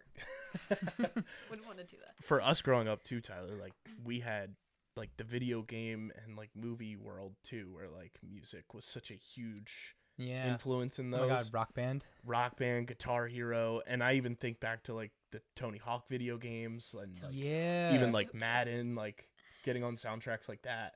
How cool would it be to have a song featured on like a Madden or, you know, something in like NHL or something like that, where like it is that kind of crossover. Oh my God, you could totally put Thursday in like what is it, GTA 5 we're waiting on? GTA 6. 6? Yeah. Jeez. Your guys' album came out before GTA 6. I was gonna say we beat The GTA 6. first debut album of Polaroid Fade came out before GTA Oh my gosh. 6. Thursday could totally be on that video game, and it would be perfect. Like, I could totally see someone like just walking down the street, like, you know, you know the game, but oh wow, that'd be so cool. That would be really Even cool. like Madden has like those like startup menus when you're just waiting for something to happen. Like, there's so many songs like we don't apply to like one audience. Like, my dad loves this stuff and he listens to Van Halen. This is not Van Halen, but he loves this. Like, it's kind of cool. Even my brother likes this. When my brother, avid listener of the show, who he bought it on, we had this on vinyl cassette and all that. He ordered a vinyl and I was like, "You got one?" He's like, "Yeah, I love it." And I'm like, "Don't you listen to like movie soundtracks only? Like and Rush? Like, this is not Rush. This is not John Williams' Star Wars soundtrack." Like, and he bought it. Your brother just has the Sunday Night Football theme song That's on so repeat. funny. Does he? I can see him doing It's that. John Williams. Oh, wrote really? it. Yeah. Oh, I didn't If know you that. listen to the Sunday Night Football theme, it is very Star Wars influenced. That's crazy. Which is the Sunday? Oh. It's literally like the droids like marching in the back. I'm nerding out. I'm gonna stop. I'm nerding out. No, I've but like, unlocked the inner Star Wars. going back to what we were talking about, like just like about like the different people that listen to this stuff, like my track friends from high school listen to this, and honestly I don't think they would have ever listened to anything like this if I like didn't shove it in their face and be like, "Hey, I have a band, listen to my music." I mean, I've had a couple people that I've done sports with in high school that I would have never thought to listen to this music, and they're like, "Dude, I love it." And I'm like, thank you. Would have never thought that, but thanks so much. You like SZA and Polaroid Fade? That's what we call range. Seriously though, that's no cap. I do have to ask, Nicoletta, what is the dynamic like working with your dad?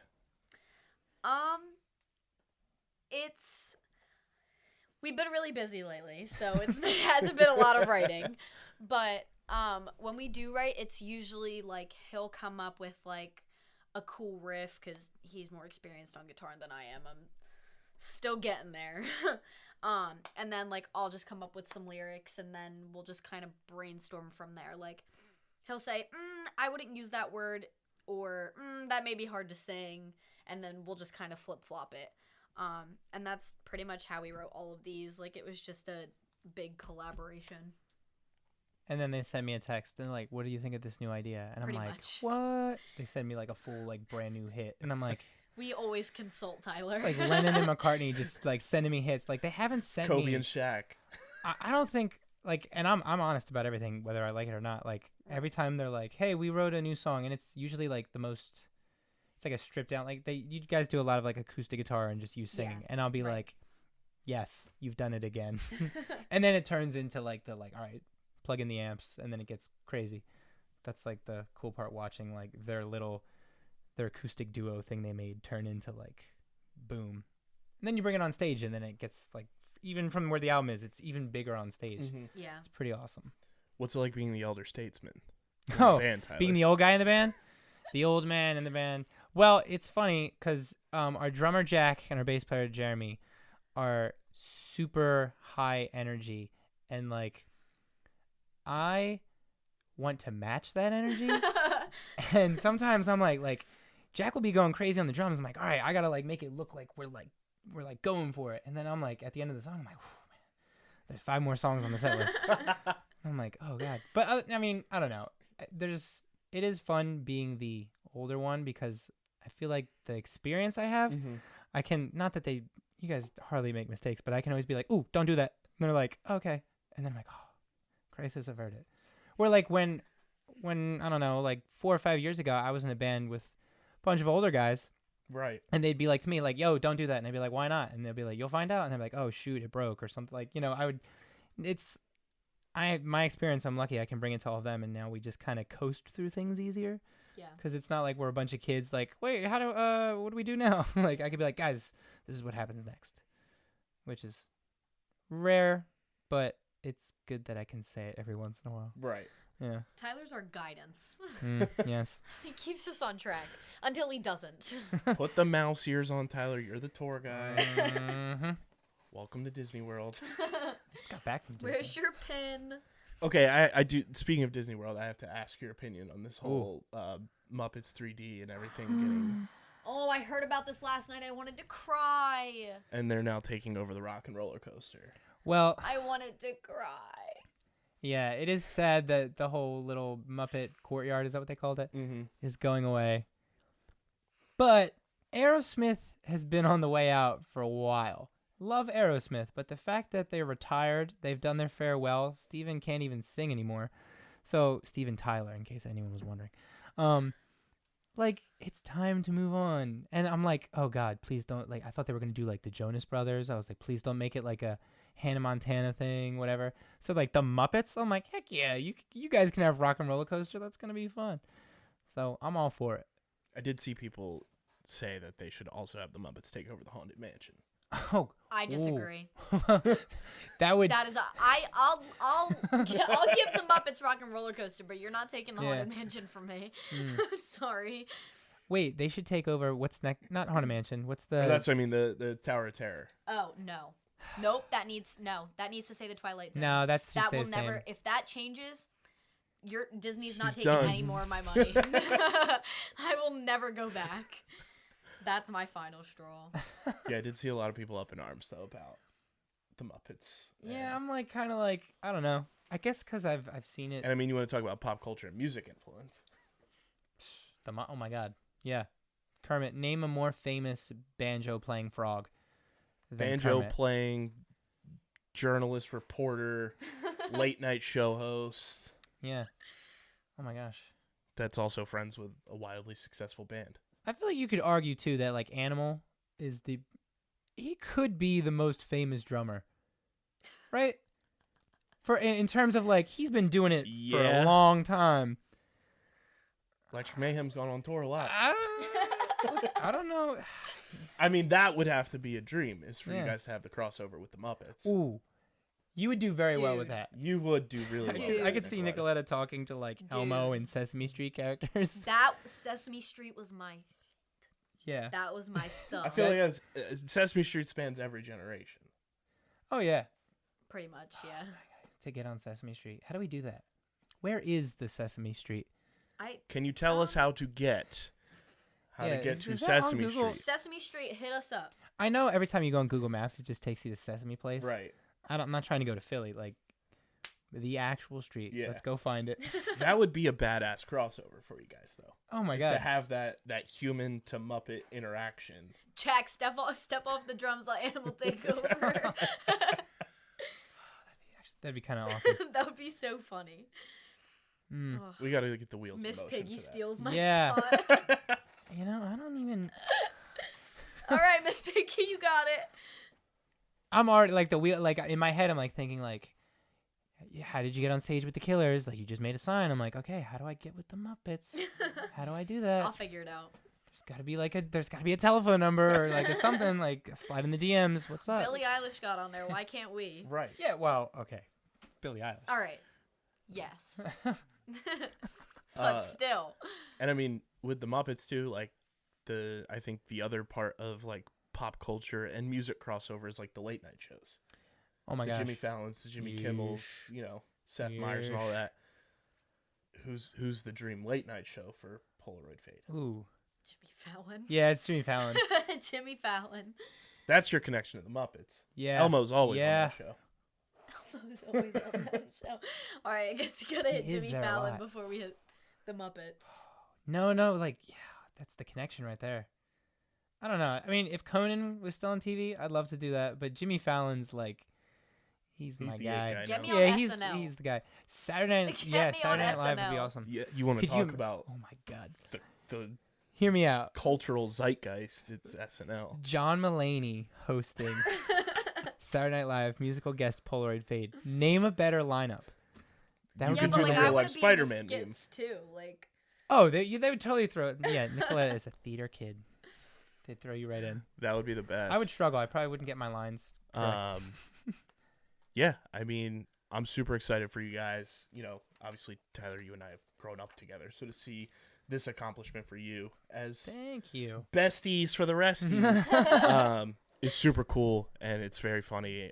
Anyone that doesn't know, Nicoletta is good friends with my cousin, so to see that connection there is really cool, and just seeing local, projects and local music succeed is really awesome.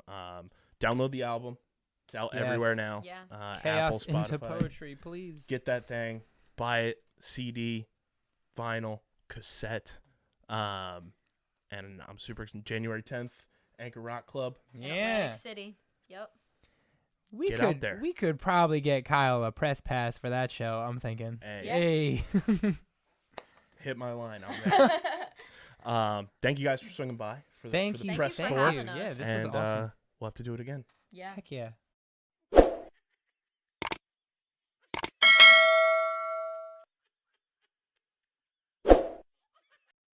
Big shout out to Polaroid Fade, Tyler and Nicoletta in studio. Won't be the last time that they are on the program for sure. And be sure to get tickets for their headline show down in Atlantic City, the Anchor Rock Club, January 10th.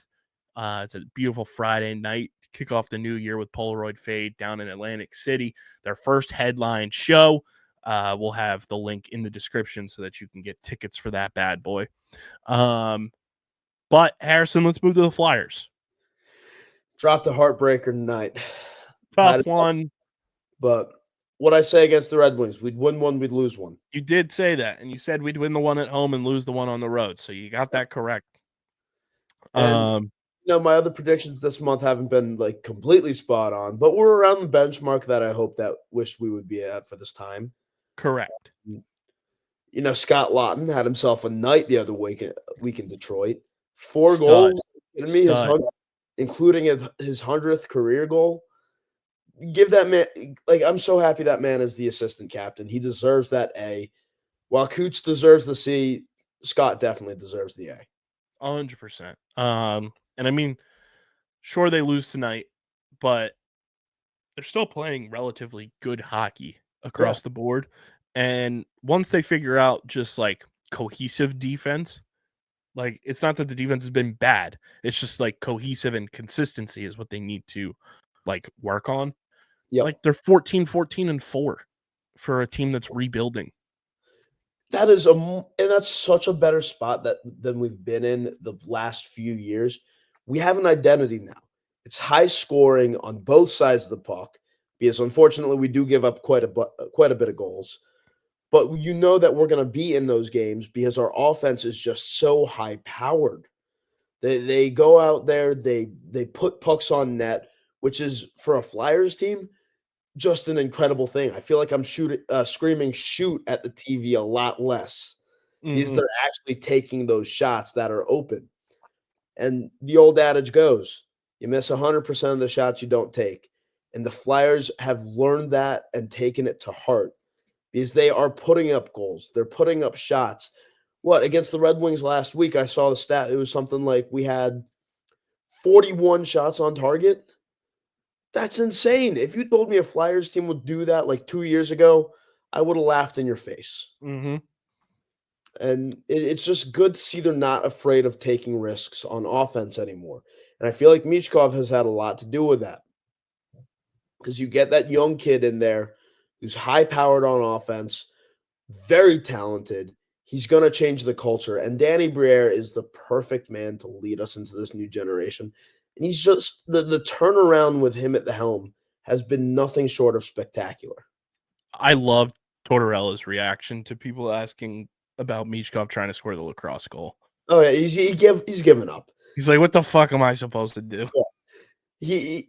The language barrier is preventing me from getting across them like that. I just given up. It's so funny. Like, it's amazing. I mean, they're back at a quick turnaround. They're back home tomorrow and today, as you guys are listening to this, against the Kings. And then they're home on Saturday against the Blue Jackets. And then they go to Pittsburgh before Christmas on Monday. A little Festivus action against the Penguinos before they go out west to end the 2024 schedule. It makes sense that we're playing the Penguins on Festivus because I got a lot of issues with them. Air those grievances, Harrison. Air the grievances. I'm just so happy that they're in the downslide, and I just want Sidney Crosby to retire because I have grown to respect him as a player. Doesn't mean I still don't hate his guts. Valid. Respectfully, because he's a great guy. I hate his guts on the ice. I think he's a great dude off the ice, but on the ice, he can go to hell. Yeah, so it's Kings, Blue Jackets, Penguins on the road, and then on the road, Ducks, Kings, Sharks to end 2024. How many points are the Flyers getting in this final stretch of the year? I'm hoping for at least 10.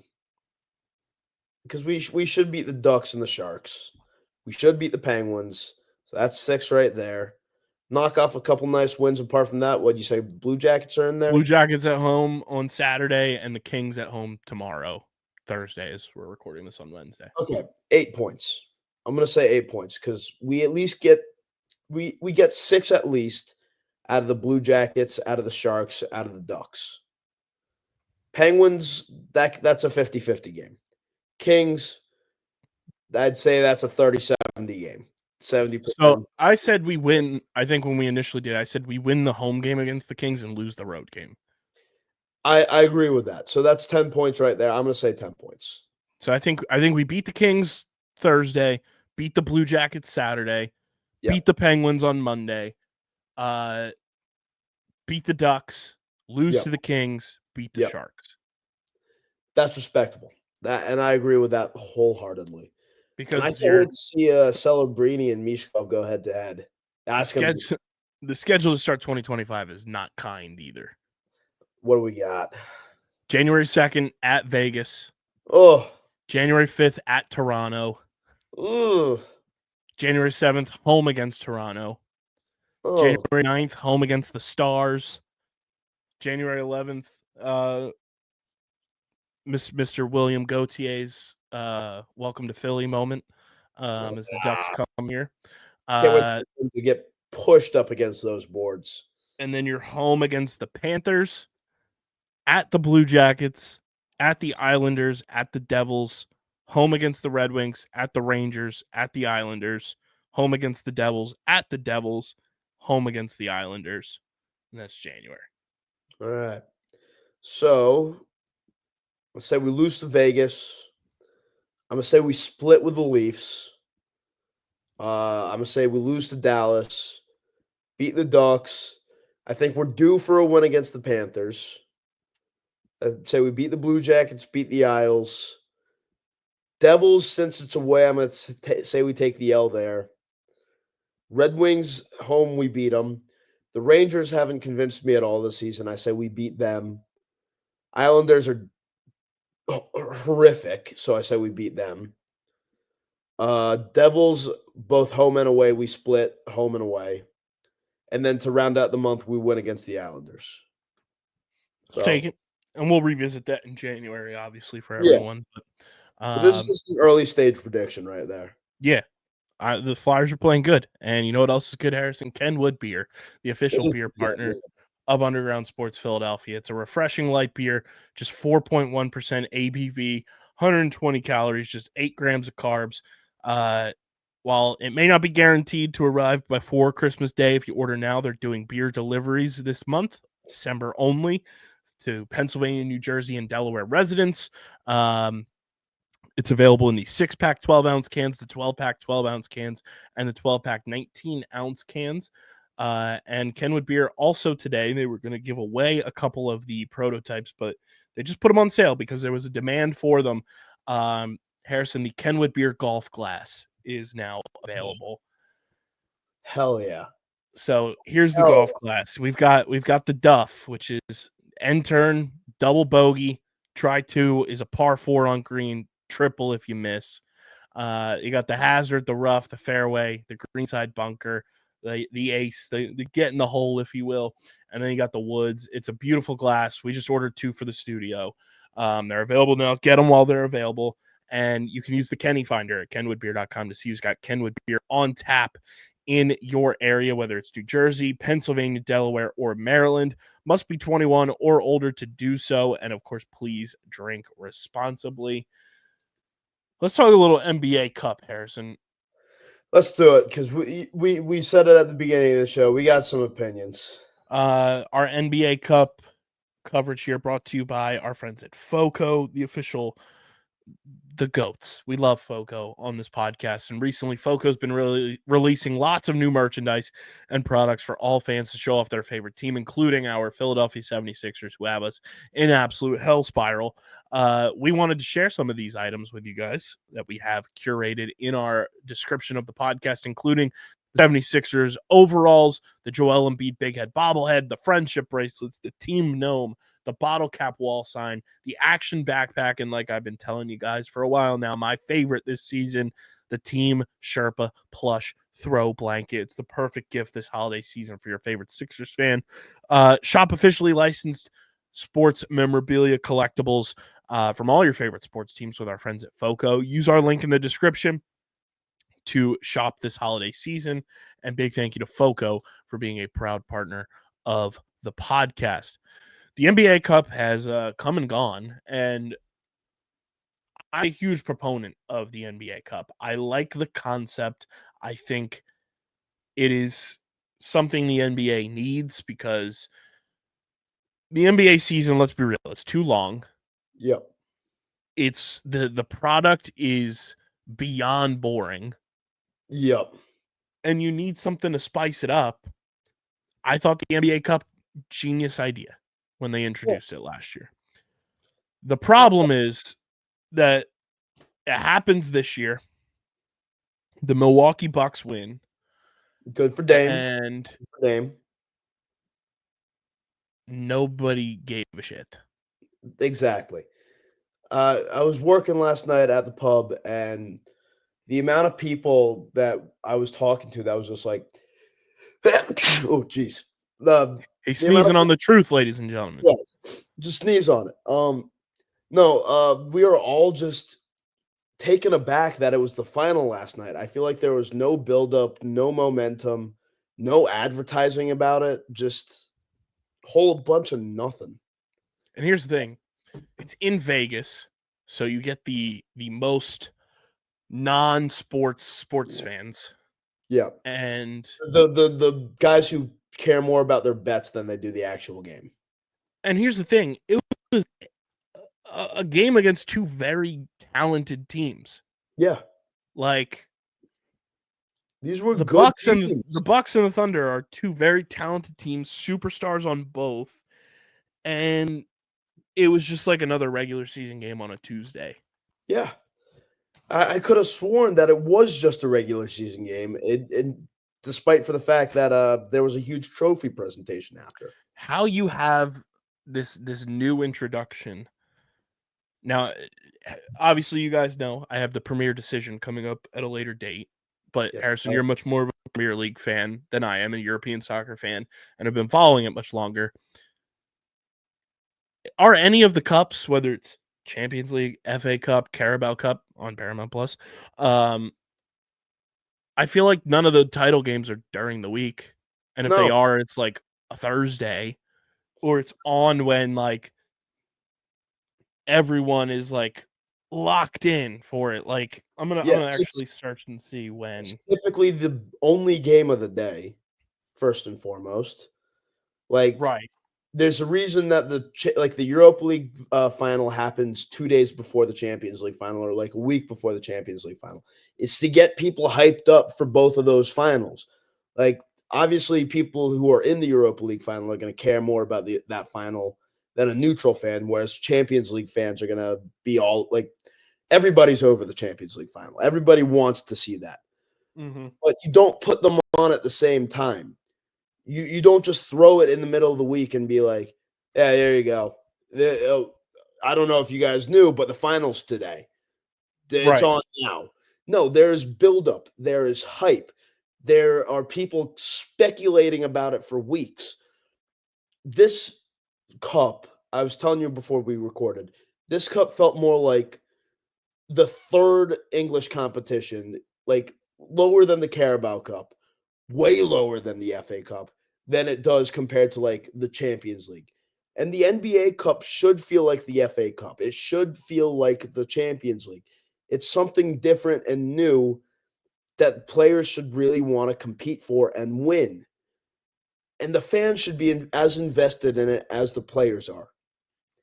And by just having the games happen, you take out so much money, you take out so much hype, and you ruin the experience for everybody. Here's the thing, ready? Which you compared the NBA Cup to the Carabao Cup, right? Yeah. The Carabao Cup final is at Wembley Stadium, Yeah. similar to playing it in Vegas, Yep. on March 16th, 2025. Harrison, right. March 16th, 2025 is a Sunday. Yeah. These big games are typically played on a Sunday when everybody is off. It's a day of relaxation, and you know that people are going to want to watch some soccer and enjoy their time doing it. And here's my thing with the NBA Cup, like you could make it on a Friday night. Yeah. That's an NBA night. Like we are programmed to know Friday night TNT. Sure, it's on ESPN because of what it is, but we're known Friday night. That's an NBA night. That's what Yeah. you made an NBA Cup night. Yep. Why would you not play it on a weekend? It's crazy to me. It's And you and I were talking too, and I saw some things online too. So shout out to everybody that was bringing it up. The NBA is so adamant on making all these changes to the All-Star game. The NBA also needs to realize that nobody gives a flying shit about the NBA until Christmas Day starts. That is when people are locked into the NBA. And if the NBA realizes that and just embraces that, you're not going to beat the NFL ever. You need to realize Christmas Day is our day. That's when our season gets going in terms of everyone's eyes are watching. We have a huge slate of games on Christmas Day. Make the NBA Cup start Christmas weekend. Yeah. Make that the thing. And then have the NBA Cup final played Saturday night All-Star. Yeah. You want to bring life and rejuvenate the All-Star game. There's your way to do it. It's so simple that you would think the NBA would have done it already. Haley, get down. See, Haley's trying to preach on the soapbox that she agrees. Yeah. Oh, here she comes. Yep. She agrees. She's like, screw that. I got to get up on my pulpit and talk you down from that dumb decision. It's like, it makes so much sense. And then you bring the NBA Cup final to a different city every year. Yeah. And have it travel like the PLL used to. And still do. Like, they still travel in the regular season. Yeah. They still go to a couple different places for the postseason. Like, make it a spectacle during your All-Star weekend that everyone is clamoring for you to fix. That's your way to fix it. Make the NBA Cup start in December, like right after Christmas, and let it run through to your All-Star break in mid-February. Yep. It's such a simple fix that the two of us got it better than a bunch of pros. Like, I think the NBA Cup is a very cool concept. It's great. I think more leagues should do it. Like, can you imagine like an in-season MLB tournament? I would love it. I would be a a hooer for that. Hooer. Well, a fine hooer.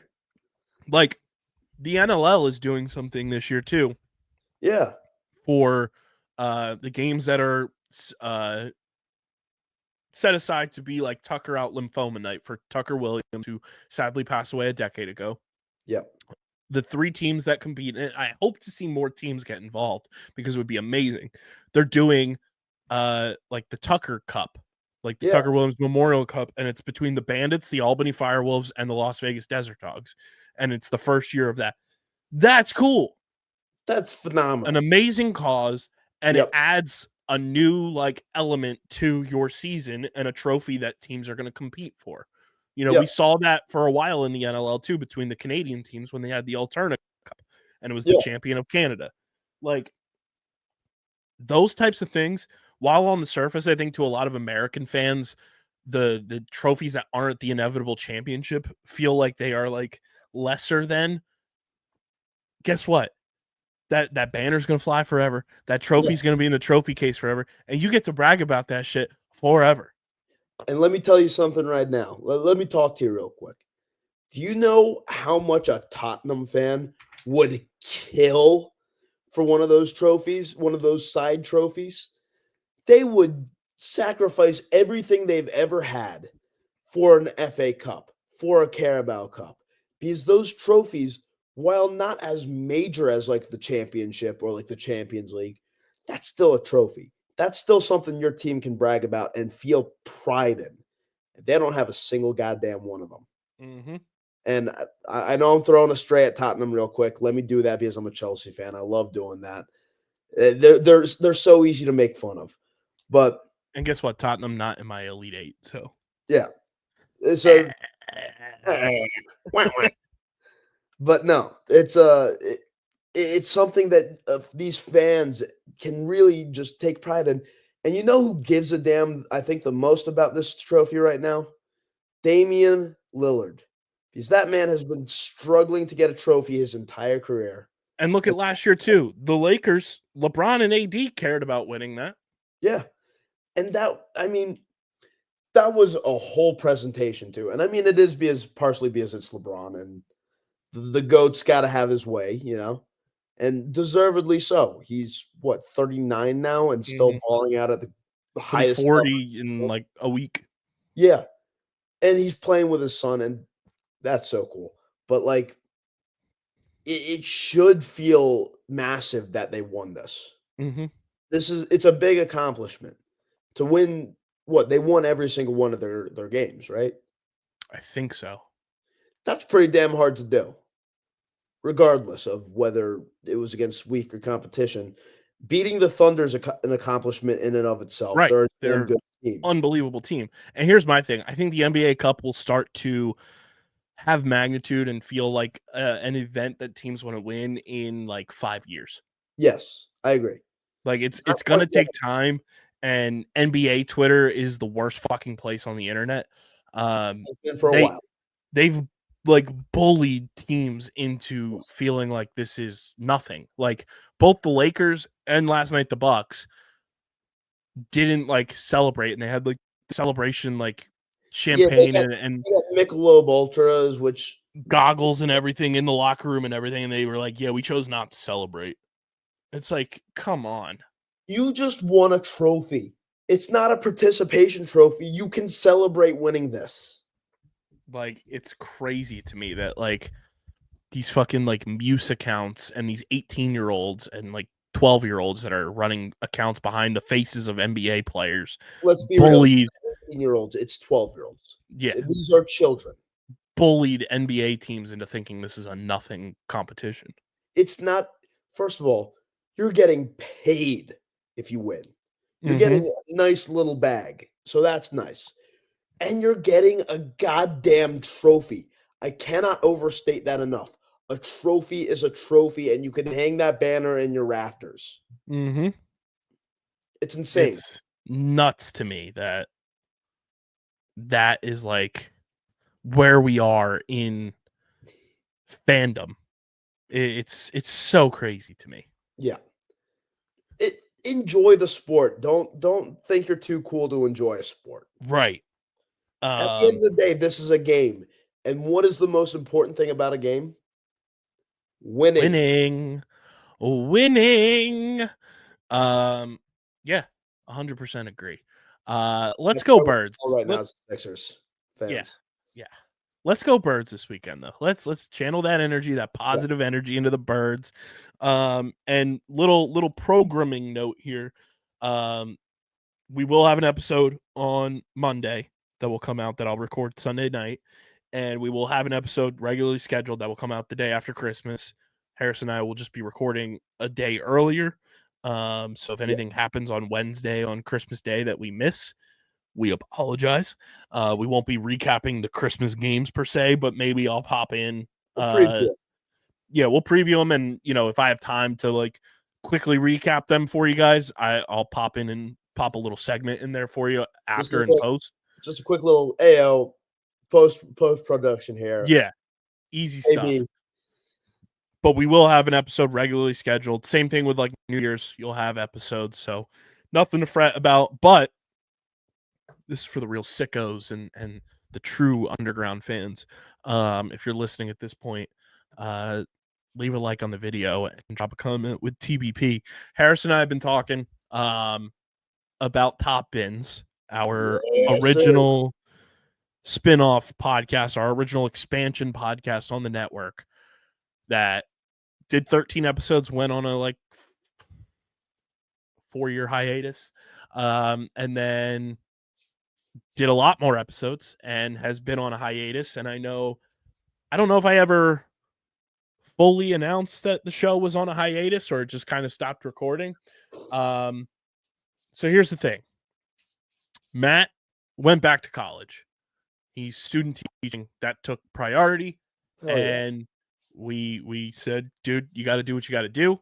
100% like understand. Step away from the pods. That's why he hasn't been on this show either. To which with that. I get it. Dom is also teaching. He's coaching. His schedule a little wonky. He's living that married life as well. We love Monica. Schedules can get crazy. Harrison and I have been talking since Harrison came back to the company. Been talking to some other people in the company as well. While we have the IP for Top Bins, we have a podcast feed for Top Bins. We have people who listen to the show, follow the show on social media. And now that I am getting into the Premier League, Harrison's obviously a huge Chelsea fan. And we have some other people in the company that pay attention to the Premier League. We are working on a revival of Top Bins yet again, back from the dead. And more than likely will launch January 1, 2025. Yes, sir. Tentative there. And here's the thing, too.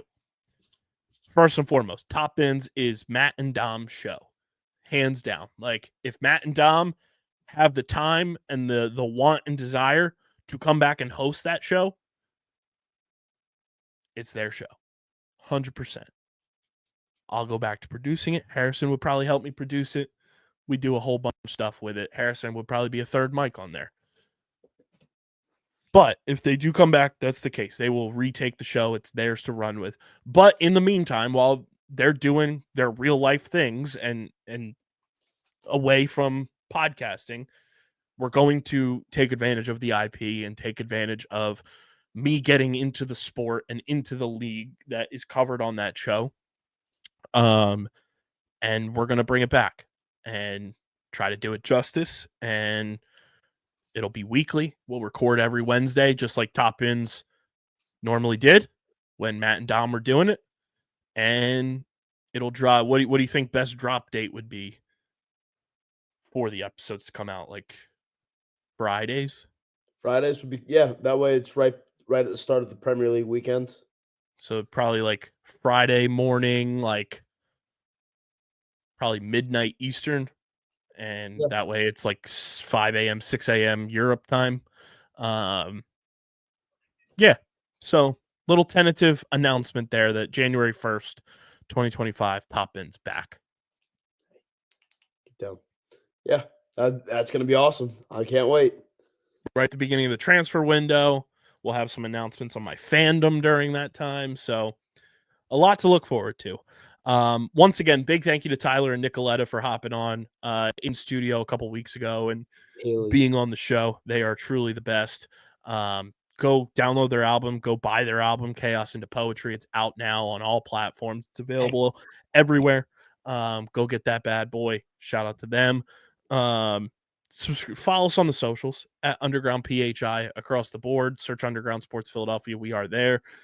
Subscribe to the pod, Apple, Spotify, wherever you get your podcasts in audio form. Leave a 5-star review. Goes a long way for helping the show continue to grow, helps more people find Underground Sports Philadelphia, and lets us do more dope stuff with and for you guys. And, of course, subscribe to the Underground Sports Philadelphia YouTube channel, youtube.com/@Underground Sports Philadelphia. It's where you get full video episodes of this show twice a week. It's where you'll get full video episodes of Top Pins and a whole lot more, all the shows on our network. Leave a like on the video, drop a comment down below, click that bell icon so you know whenever we go live. And this show is presented by the city of Vineland. And whether you're a company looking to expand, relocate, or you're a new business startup, selecting the right location is critical to your success. Vineland, New Jersey offers both an affordable business location and an excellent quality of life. The city's economic development department is a one-stop source for moving your project through the development and approval process, and their goal is to make this process as smooth as possible and to provide the fastest turnaround times in the region. If you're considering potential locations for your operation, contact the Vineland Economic Development Team at 856-794-4100. That's 856-794-4100. Vineland, New Jersey, where it's always growing season. And big thank you to Security 21 Security Systems and Paul J. Gillespie Incorporated for their continued support of this podcast. Ladies and gentlemen, this has been episode number 700 of Underground Sports Philadelphia. For Harrison, for Tyler, for Nicoletta, I'm KB. I'll catch you guys on Monday, breaking down hopefully another Eagles win, talking about the Phils, the Flyers, the Sixers, whatever the hell else comes up. But until then, we're getting the heck up out of here. Go Birds! And we're signing off. Peace.